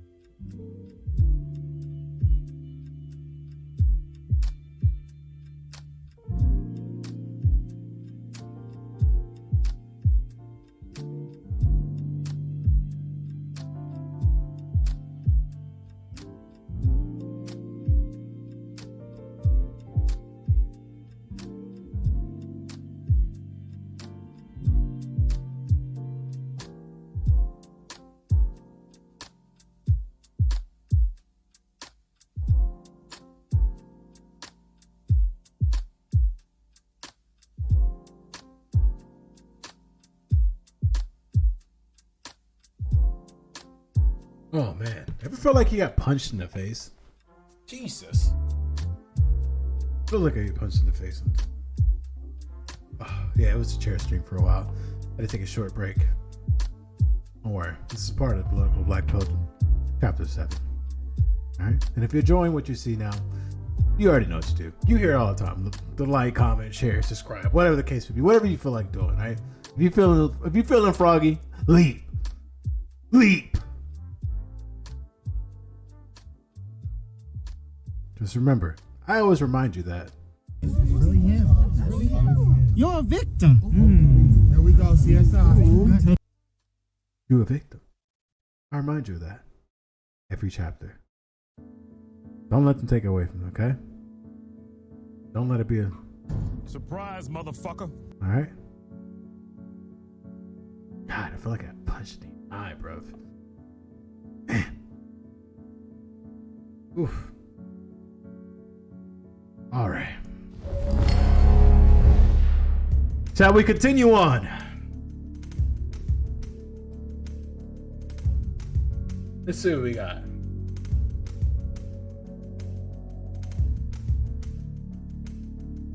Damn. What is y'all doing, bruv? What is y'all doing, bruv?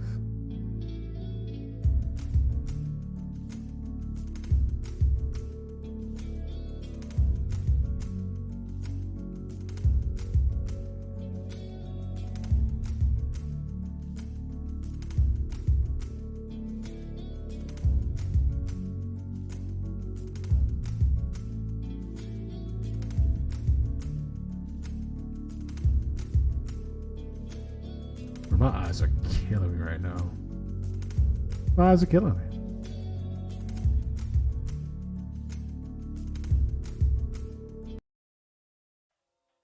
Oh, what's that music? I really. All right, now let's talk about international reefer madness. All right, or you know what? Before we get to the breakdown grinder, let's talk about let's shortly discuss what happens to the person who deals with our criminal justice system when it comes to cannabis. It happens to them. Now, to avert copyright claims, I'm going to try to best play this to make it understandable. Prison, all I had was a stack of legal papers and a sweatsuit. My daughter handed me a flat thing as we were leaving the prison, and I didn't know other than to just put it in my lap. And she says, well, go ahead and talk. And I said, we are talking. And she had to tell me that is a telephone. A telephone didn't look like that in 2002 when I was arrested. A lot of friends of mine knew that I loved to ride a motorcycle. So they all started reaching out to everybody they knew to see if they could find a deal on a motorcycle. After 19 years, marijuana lifer granted clemency. 19 years. Cycle that I could afford. He's been incarcerated for 20 years and he... This is 19, okay? You're wrong. Went on a cross-country trip. He went to hug all of his supporters. I got to ride the whole length of Route 66 from here in Chicago all the way to Barstow, California. I rode across deserts, mountains. I rode 300 miles down the Pacific Coast Highway in the Big Sur. I rode over mountains in Washington State that unfortunately I found they had snow at the top. And, I rode through Yellowstone. I rode through... My God, this dude's doing more than I could ever do in my life. He's been in prison for almost 20 years. He could do more than my broadcast can do? Jesus Christ. How much help did you get?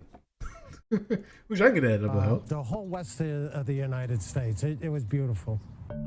Craig was the second prisoner I ever worked with. I was a writer who was writing about cannabis, and like most people, I was unaware there were people serving life sentences for marijuana, and that just haunted me. I couldn't not do something about it. It's comfortable to think that people like Craig were anomalies, maybe those one or... Bro, what is that symbol? Your daughter handed you a phone and didn't tell you can't do the OK symbol anymore? It's these days, man. Holy shit. Two poor souls that got caught in the wheels of justice, but what I learned is it's not an anomaly, it's the way things are regularly done. The name of the federal charge was conspiring to possess with the intent to distribute marijuana. In my case, it carried a sentence of from 0 to life imprisonment. Isn't there an amendment against this? I could swear there's an amendment against this. Not when it comes to our criminal justice system. Lord have mercy, man. It's what a failure. What a failure. What a country of failure, bruv. What a country of failure. And since the discretion is up to the judge, although I had no prior convictions and nobody was hurt, I was nevertheless sentenced to life imprisonment. The statute that I'm charged under and the sentence that I have is exactly the same as that of El Chapo Guzman, the head of the Sinaloa cartel. Craig's was really one of the most egregious stories for a few reasons. He didn't use marijuana. He was never caught with marijuana. Think about that. You were cellmates with El Chapo. Yeah, El Chapo, right? You're cellmates with El Chapo. You look at him like, looks at you like, hey man, what you in here for? Chapo, you're like, oh yeah, I'm here because they gave me a life sentence for possession of marijuana, and they think I had an intent to distribute. El Chapo's probably look at you like, bruh, no, you're not. You're not here for that. My eyes kill me right now. We're talking about what came off. No, I can't do that. Yeah. You're literally serving a life sentence next to basically one of the leaders of the cartel, the kingpin of crime, right? Drug and crime. You get laughed in that damn cell block. Marijuana. He was a third-party vendor. All I see is memories here of all the work I did here and all the years that my business has operated out of here. Well, the name of my original business was Cabin Back Pickup Truck Camper Tops. And we built camper tops for the back of pickups. But unfortunately, I did some work directly for a company that leased trailers. And this company would take the trailers down to Mexico, hollow out the lot walls, fill the walls with marijuana, drive those trucks through the Border Patrol. I didn't know what they were doing. They drove the trucks all the way up here 1,000 or so miles away for me to rebuild them back to their original shape. They saw my participation in their offense by rebuilding the trailers when they were done with them. They saw that as me agreeing to their trafficking of marijuana. I was imprisoned from March 23rd, 2000. Jesus Christ, imagine that. Just doing your job and all of a sudden the federal government tells, you know what?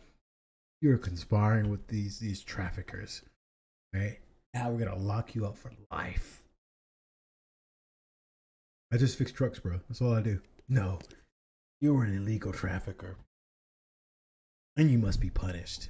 It's oh Jesus, the worst, right? And 2, so just shy of 19 years. The way a federal life sentence works, there is no possibility of parole. There is no early release. But many of the violent prisoners, bank robbers and that sort, were serving 3 and 4 and 5 year sentences. You were serving less time than a person who outright murdered somebody. Think about that. Not a person who outright murdered someone. And all you did was, I didn't even think he had it on him, right? Person that murdered people, he came in a year after me and he went home 3 years ago.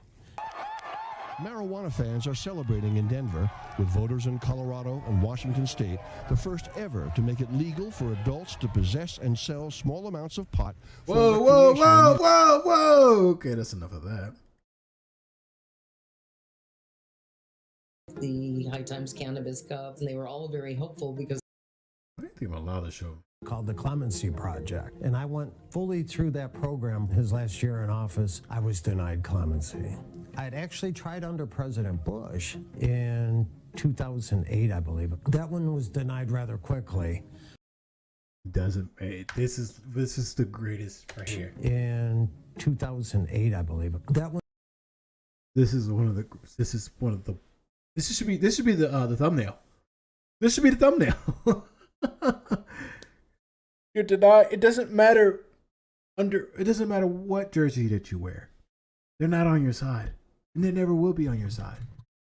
You can think of it as a gift, a parting gift for being a sucker. That's what that is. Was denied rather quickly. I was released from prison on January 20th, 2021. Hey! From prison on January 20th. May Allah awaken the people and help them to see the evil doings of Israel and the United States. 2021, President Trump's last half day in office. And it was to the last minute. I mean, Craig had already gone to bed. He didn't think it was going to happen. At 5 minutes after midnight, I talked on the phone with Ivanka Trump, and she told me that her father had commuted my sentence to time served. As a felon, depending on where you live, you may or may not have the right to vote. You don't have the right to have a firearm, things like that.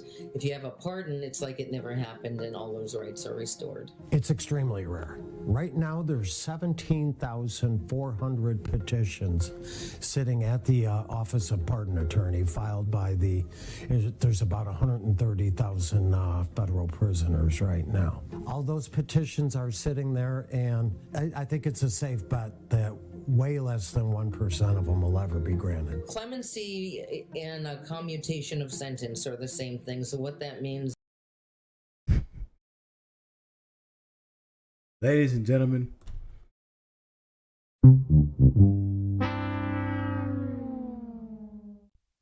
and bees, you're a democracy. They've wiped out your sentence or reduced your sentence in some cases. Clemency is a power only held by the president. And to be honest, I received my clemency because of my connections, which does fill me with guilt. Craig has been working hard since he got out. You know, a lot of prisoners say that they're going to reach back in after they get out, and it never happens. Remember, most of the people in prisons are not lifers like me. Most of them will be released to the society. And many of them come to me, the convictions date all the way back to the 1970s and 1980s. Americans don't even really have an awareness of what's going on in our criminal justice system. We have to admit we got this wrong, and it should have never been illegal in the first place, so let's fix it. If only, right? If only that'll be the case. This is what I'm talking about here. This is what I've been getting at, right? Most of you have the faintest idea and of it happening, but you can't really narrow it down. And there's one large case that happened, international headline, with one of the foes of America, Russia, basically doing the same thing. With one of the American cities, a WNBA player at that. You know, one of our economic elite. I say social elite, but there's levels to this, right? The Brittany Griner in Russia. Let's look at her story, right? Let's look at a story that's kind of reopening the scar that other people are facing currently in this country today. Hello, how you doing? Let's see. Where are you at? Wrong tab. Don't worry, we'll get there. All right, voice trying here. We're gonna get smoother and smoother every chapter. All right, let's look at the Brittany Griner case, reported by ABC. NBA star Brittany Griner convicted today on drug charges in Russia. A judge sentencing her to 9 years in a penal colony. Griner, detained in Russia for more than 5 months, found guilty of intentionally smuggling vape cartridges of hashish oil into the country. She addressed the judge before the verdict was announced, holding a photo of her team in Russia, telling the judge she, quote, made an honest mistake. President Biden calling her sentence unacceptable, and the administration is again urging Russia to accept its prisoner proposal. Here's ABC's senior White House correspondent, Mary Bruce. This is the moment Brittany Griner learned her fate. Standing in a cage in a Russian courtroom, hearing she's been sentenced to 9 years in a... Isn't it crazy that you're getting sentenced to 9 years in prison for marijuana, possession of marijuana? Gonna sound like black drunk lawyers, and drunk judges. Isn't it ironic? Huh? Think about that. Isn't that straight irony? You could just, she's smelling vodka breath everywhere. Russian prison camp. Earlier, Griner emotional, saying she takes responsibility for illegally bringing vape cartridges containing cannabis oil into the country back in February, but stressing it was an accident. I made an honest mistake, and I hope that in your ruling that it doesn't end my life here. Griner choking up as she then apologized to her family and teammates in Russia and back in the U.S. I want to also apologize to my parents, my siblings, my Phoenix American Reef organization back at home, the amazing women of the WNBA, and my amazing spouse. During the trial, her lawyers argued there was no criminal intent, but the judge rejected that, finding Griner guilty of drug smuggling. Moments after her sentencing back in Washington. Drug smuggling. By an accident. Well, here's my rule of thumb, especially when it comes to like drugs. And we're gonna say we see some stats about that as well. Yeah, you love you some good stats, right? Me too. So if you can't buy it in the country, don't bring it to the country. If you can't buy it in the country, leave it at home. What do I mean by that? Hash oil. If there might be some connections that you can get your hash oils in Russia, but don't give a country, even the United States, any reason find you in possession of any sort of drugs or narcotic. The reason is they all have a political motive, just like what's going on now with Britney. It's tragic. And that's just one person that's just famous enough to get the media attention that every person who gets caught doing this deserves. And I don't think Britney Griner is the only case, right? There's other people from different countries also locked up for possessions that are largely ignored. President Biden called for the WNBA star's release, saying in a statement that her sentence is one more reminder of what the world already knew. Russia is wrongfully detaining Britney. But the White House tonight won't say publicly if they think Russia is trying to send a message by giving Griner such a severe sentence. Do you think she's being used as a political pawn here? I cannot ascribe Russian motives or intent here. All I can do is tell you where President Biden is and the national security team. Wrongfully detained, need to come home. There's a deal on the table. Let's make the deal. Let's get him home. The Biden administration is urging Russia to accept its proposal to bring Griner and former Marine Paul Whelan home. Sources tell ABC News the offer is to swap the two Americans for notorious Russian arms dealer Victor Bout. Meanwhile, Griner remains excuse me. in a pre-trial detention center as her lawyers try to appeal. She can hardly talk, honestly, so it's a difficult time for her. Mary Bruce back with us now. So, oof, just a rough. Good luck, man. Godspeed, right? That's what people say now. Godspeed. Mary, what more can you tell us about the status of those negotiations to bring Britney Griner and Paul Whelan back home? Well, tonight I'm told these talks are ongoing, but when I press the White House on whether they're seeing any progress, they won't say, insisting they don't think it's helpful to try and negotiate all of this out in public. The big question tonight, though, is now that Griner has been convicted, will Russia go ahead and accept the proposal on the table? Or if not, how much more, if anything, is President Biden willing to offer to bring these Americans home? Those are the key questions. All right, Mary, thank you. So, usually when they say that these negotiations are not to be public, that means there's money involved. They don't want the United States don't want to show how much they're going to pay, pay the price that's on your head. That's probably why these negotiations are going to be more private, right? Instead of the whole, how do I say this? The whole exchange thing that they made public, right? Hey, we'll give you non-criminals for our criminals, right? That's also a game being played too. the American government has put a price for her return, and the other Marine and the other person who gets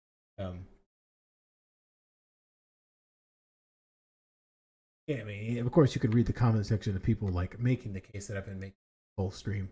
There's 40,000 people locked up in the U.S. for marijuana possessions. If you're going to exchange her for dangerous criminals, then release 40,000 people also. Well, I think 9 years is too much. Exchanging her for arms dealers, Vladimir Krauskov, convicted assassin, is pretty stupid and not a good deal.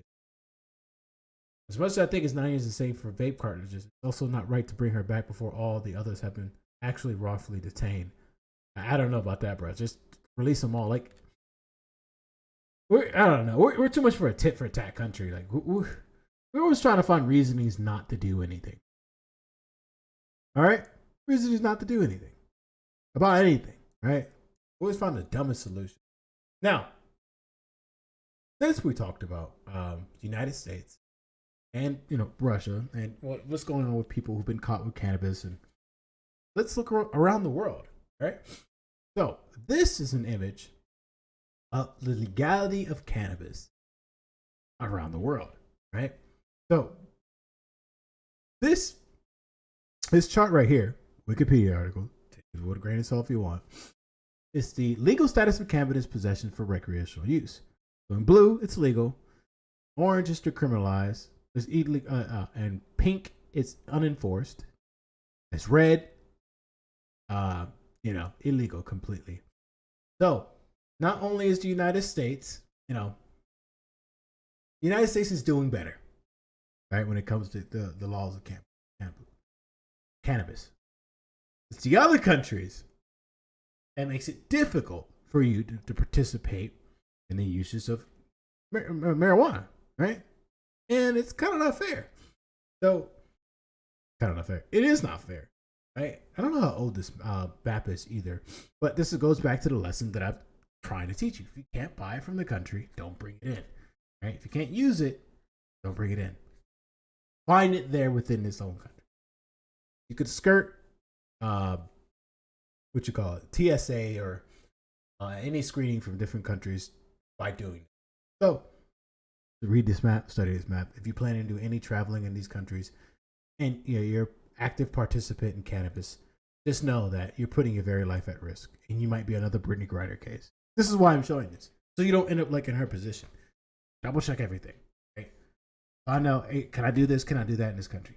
Not gonna hurt you. Do your research. Right? Do your research.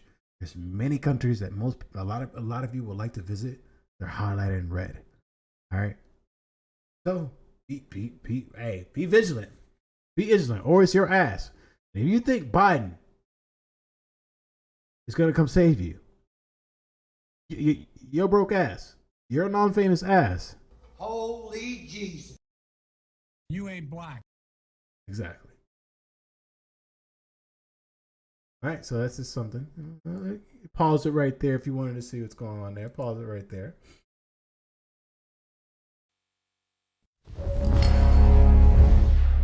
All right. So, as we lead into that, kind of fine. Here we go.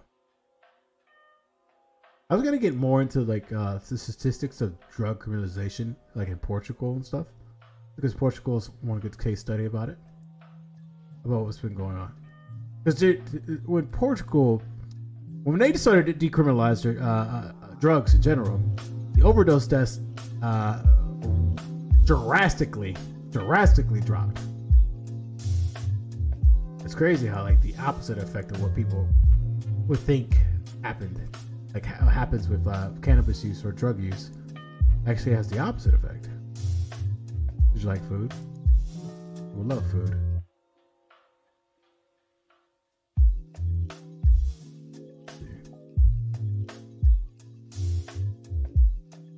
Peanut butter jelly, smoked brisket. Ugh, what is wrong with people? Ugh, you don't vegan brain. They can't see that shit. I'll show it. Be my history. This is what Murrow was showing us. Yeah. some of you would think just because it has this in it, it's gonna be good. Anything to put pork in, right? Anything to put pork in it. So yeah. Now, to wrap all this up, right?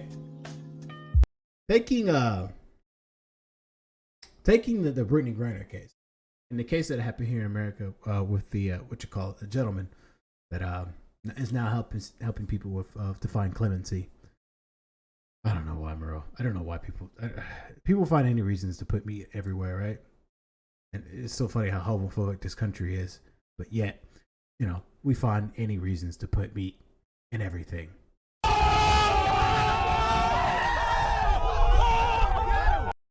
right, that was a good singer. You know you like that one. Let's talk about travel advice, right? Because most of you should actively try to travel. I encourage traveling. Like, you can go out there and travel, do so. We'll slow you down. So here's a bit of advice about that Chicago Tribune made a 2021 guide to cannabis laws around the world. So I'm also going to probably put this in the description. So, if you decide I'm going to travel to Europe, the Americas, the Caribbean, the Middle East and Asia, Australia, New Zealand, Africa, and it just gives you just do a quick rundown of what you need to look forward to if you travel to these hot spot destinations for tourists. Okay, all right, we do that and we're good. Put this one in the books, and you just relax a bit and say we did a good job, right? We worked today, right? For those of you who stuck to the from the beginning, a middle and end, we love you. And when I say we, I mean the Propaganda Guild. I mean us here at GXG Platform. I mean me as well. I appreciate you guys. I appreciate you guys interacting. You guys mean a lot. Biggest reason why I want to continue to do this is because of you guys, because of the small people who show their support. Not small people. The people who show their support for a small person, small content creator like me. And hopefully we can grow together. Hey, right on time. Look at that. Look at that. What do you think, Trump? What do you think about this chapter? I'm Donald Trump, and I approve this message. Let's see. Even Trump approves. What about you, Biden? You ain't black. Yeah. I mean, these chapters are basically one of my experiments because I used to do like a current news and reaction type broadcast or whatnot, and I kind of felt like I was copying other people. So the political black pill is basically a birth trial of philosophy that I'm trying to construct, right? So it's a work in progress. So hopefully the people who come back and see my growth politically, my understanding of the political process, not only in American politics, but international politics, news, current events, past events, and just sit down and have a full meal, a good hearty meal of the aspects of our society that people hold dear, but are just too afraid to talk about, right? This space is not only a space for only lefties, even though I myself am one. It's a space for people to have a discussion about the particular chapters and what we talk about there. That way we can keep focus on like what's in front of us, what's important, and not be dissuaded by all the white noise that is these media platforms, these creator platforms. I mean, of course, we're gonna have like fun, chill streams and all that stuff, reactions, stuff like that. That's there too. But I really wanted to do this, so hopefully you can support more of this brainchild that we have. All right, now onward to what to do about cannabis laws. All right, I saved this one for last because I don't know why. So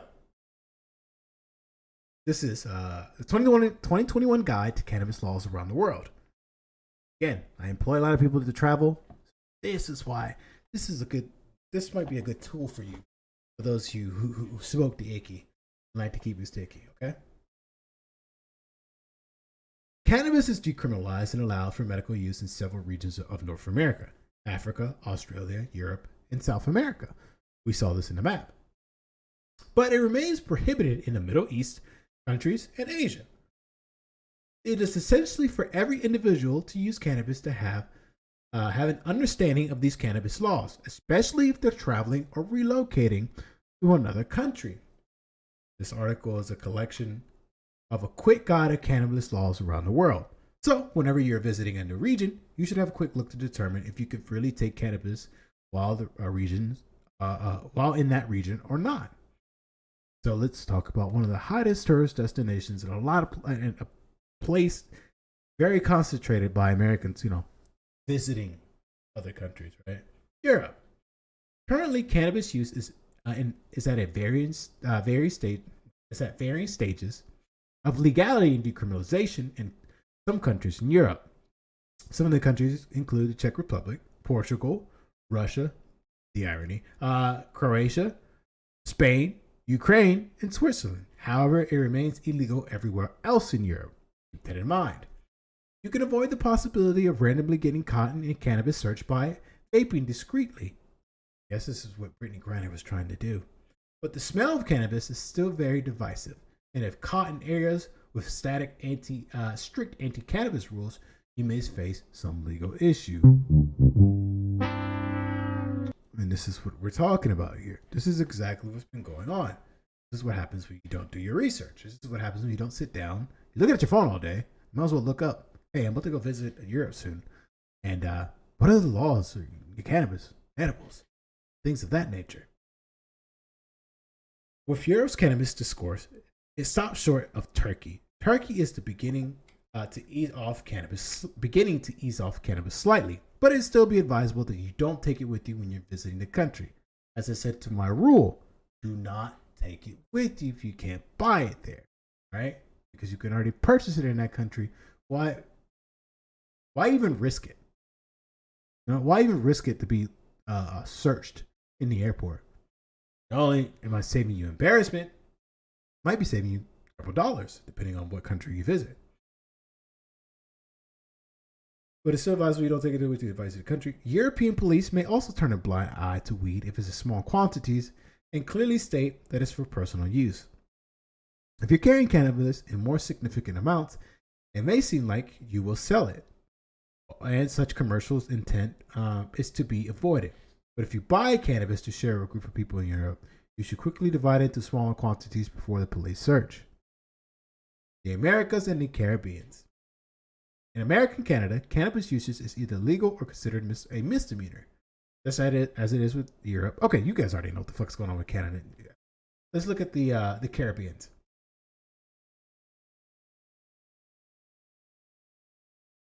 South American countries are more accepting of marijuana, as many nations in this region have decriminalized cannabis possession, despite the sales and cultivation remains illegal. Jamaica is the only country where the utilization of cannabis is celebrated as part of their culture. You already could have guessed that. Other countries are either legal, semi-legal, or ignored, so long as people are discreet with it. Important thing, be discreet with it, consider that country, someone you can trust and know, you should do so. Up to you to decide. Right? I'm not advocating for drug use, right? No, that's against policies. I'm advocating for adults to make conscientious decisions on their travels and on their voting proof and on their referendums when it comes up in the midterms. See how this is starting to you see how the Brittany Griner case is going to put a battery on the back of many politicians to get vote, right? And some things are going to be put on the ballot that you really care about, and marijuana or drug or full-out drug decriminalization, it might be on that. So pay attention, understand what you're up against. Now, back to you traveling the world. Currently, these countries where it's legal, semi-legal, ignored include Costa Rica, Mexico, Peru, Belize, Colombia, Peru, Argentina, Ecuador, and Uruguay. Just as we mentioned with Europe, when outside Jamaica, ensure that you carry small quantities of cannabis. Also emphasize the fact that it's personal and not commercial use. For my heavy cannabis use, just go visit Jamaica. Just go do it. All right? Don't bring it with you. Do what you got to do, and just go visit. Don't bring it with you. Don't travel with it like that. Dumbest thing you could ever do. Don't give people overworked, underpaid people a reason to lock you up or call the feds on you. Just don't, because they're having a bad day or a bad week, and they're gonna take it out on you. Middle East and Asia. Best thing you can do with cannabis in these regions to avoid moving with it ultimately. Cannabis is currently illegal in these regions except in South Korea. Hey, good stuff, South Korea. Where it can only be used for medical purposes. Right now, my eyes are killing me. There's also a rumor that it is legal in North Korea, but this is still in dispute because of the country's lack of access to information. I don't need to tell these Americans shit. Let them believe what they want to believe. In the Middle East and Asia, most people still consider possession of cannabis a grievous offense, while some others completely ignore it. In some countries like Singapore, Turkey, Korea, KSA, Pakistan, Malaysia, and Japan, it is not legal to touch cannabis at all. It's not legal to touch cannabis at all? It might be safe for you to use cannabinoids in countries like India, Laos, and Cambodia. Also remember that foreigners should not accept preferential treatment than what the locals experience. Keep that in mind. If you arrive in these regions, check the peculiar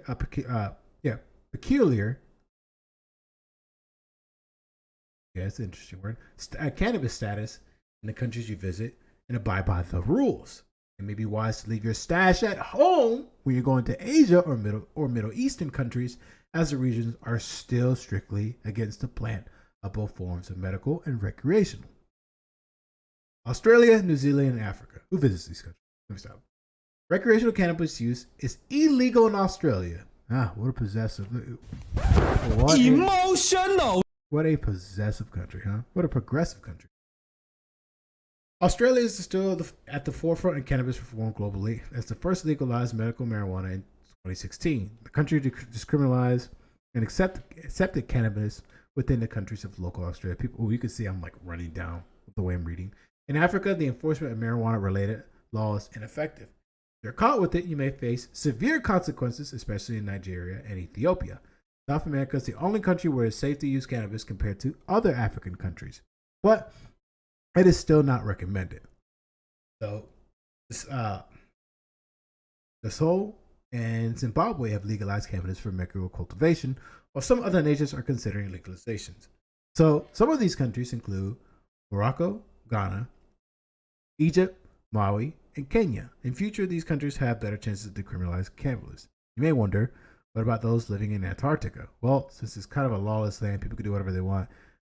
But please be careful with cannabis possession when visiting, as there may be some rules concerning cannabis that you don't know about. Bro, you're in Antarctica. Do what you got to do, okay? Go buck wild. Go crazy. Go crazy. Antarctica. The best country for anarchy. Anarchist. All right? Deal with that. Whatever you will. All right. So, with that being said, that wraps up chapter 7. Done the books now, okay? What we have done is we talked about what's currently going on. Talked about the history of reefer madness in this country, United States. We talked about the positive and negative uses of marijuana. We talked about the people who are still largely being affected by who are currently still incarcerated because of old marijuana laws, who still haven't got their due day in court to clear their name. We talked about a person who received a life sentence for marijuana and is now actively fighting to help people reclaim their life afterwards. And also, you can see how crazy the law is.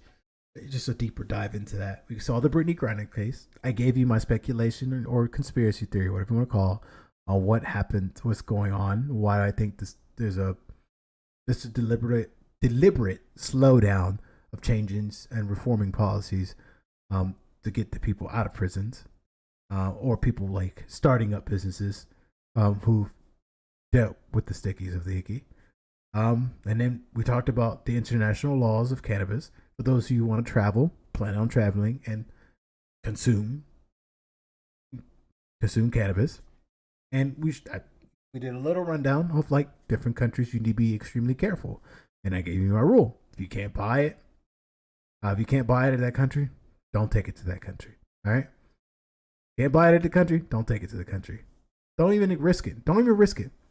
Unless you're vape cartridges or nothing. You're more. If you can, how do I say this? No, I'm not gonna say it because that's like promoting illegal activities. Hey, you're an adult or you're a young adult. You make your decisions for yourself. All right. So that wraps up chapter 7. All right. I hope you guys enjoyed that. I sure did. It was very informative. Very informative. Let's be looking for some things before we wrap things up here. Whoa, get off.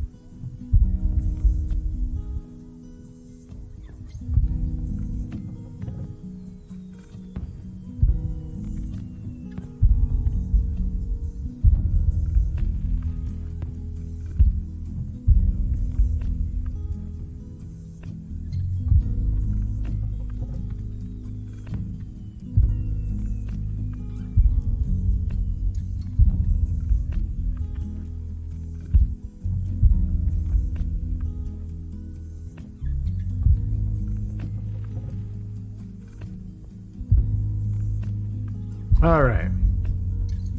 Sorry.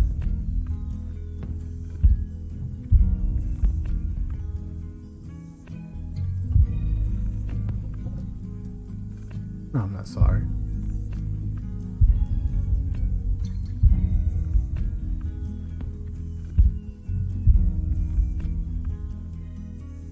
What are we doing here? What is this?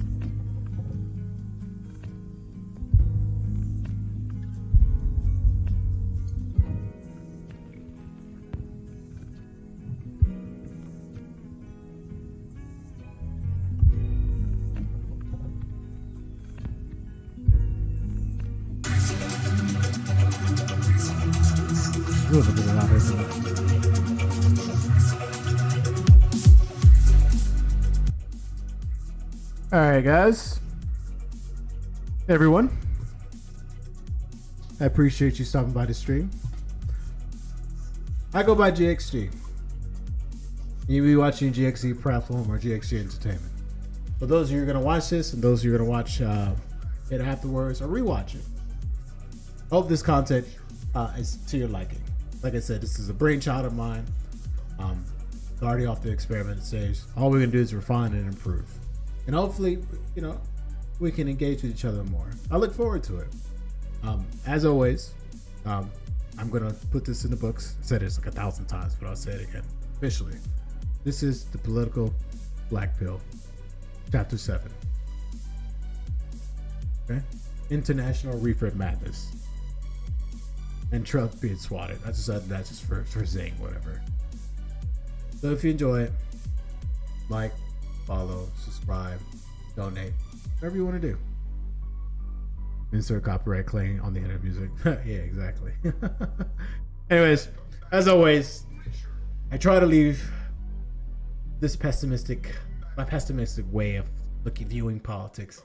I try to leave with words of encouragement and optimism. And the message for tonight is do what you need to do to survive. Do what you need to do. Don't let no one take away or try to convince you that the method of your survival is wrong. Unless it's really hurting someone else, you shouldn't do it. But you are more than enough for this world. Don't let no one take that away from you. Do what you can to survive. Despite the haters, despite the ones who fight against you. Keep loving yourself.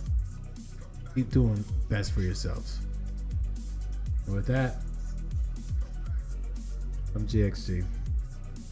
Stay classy. Till next time.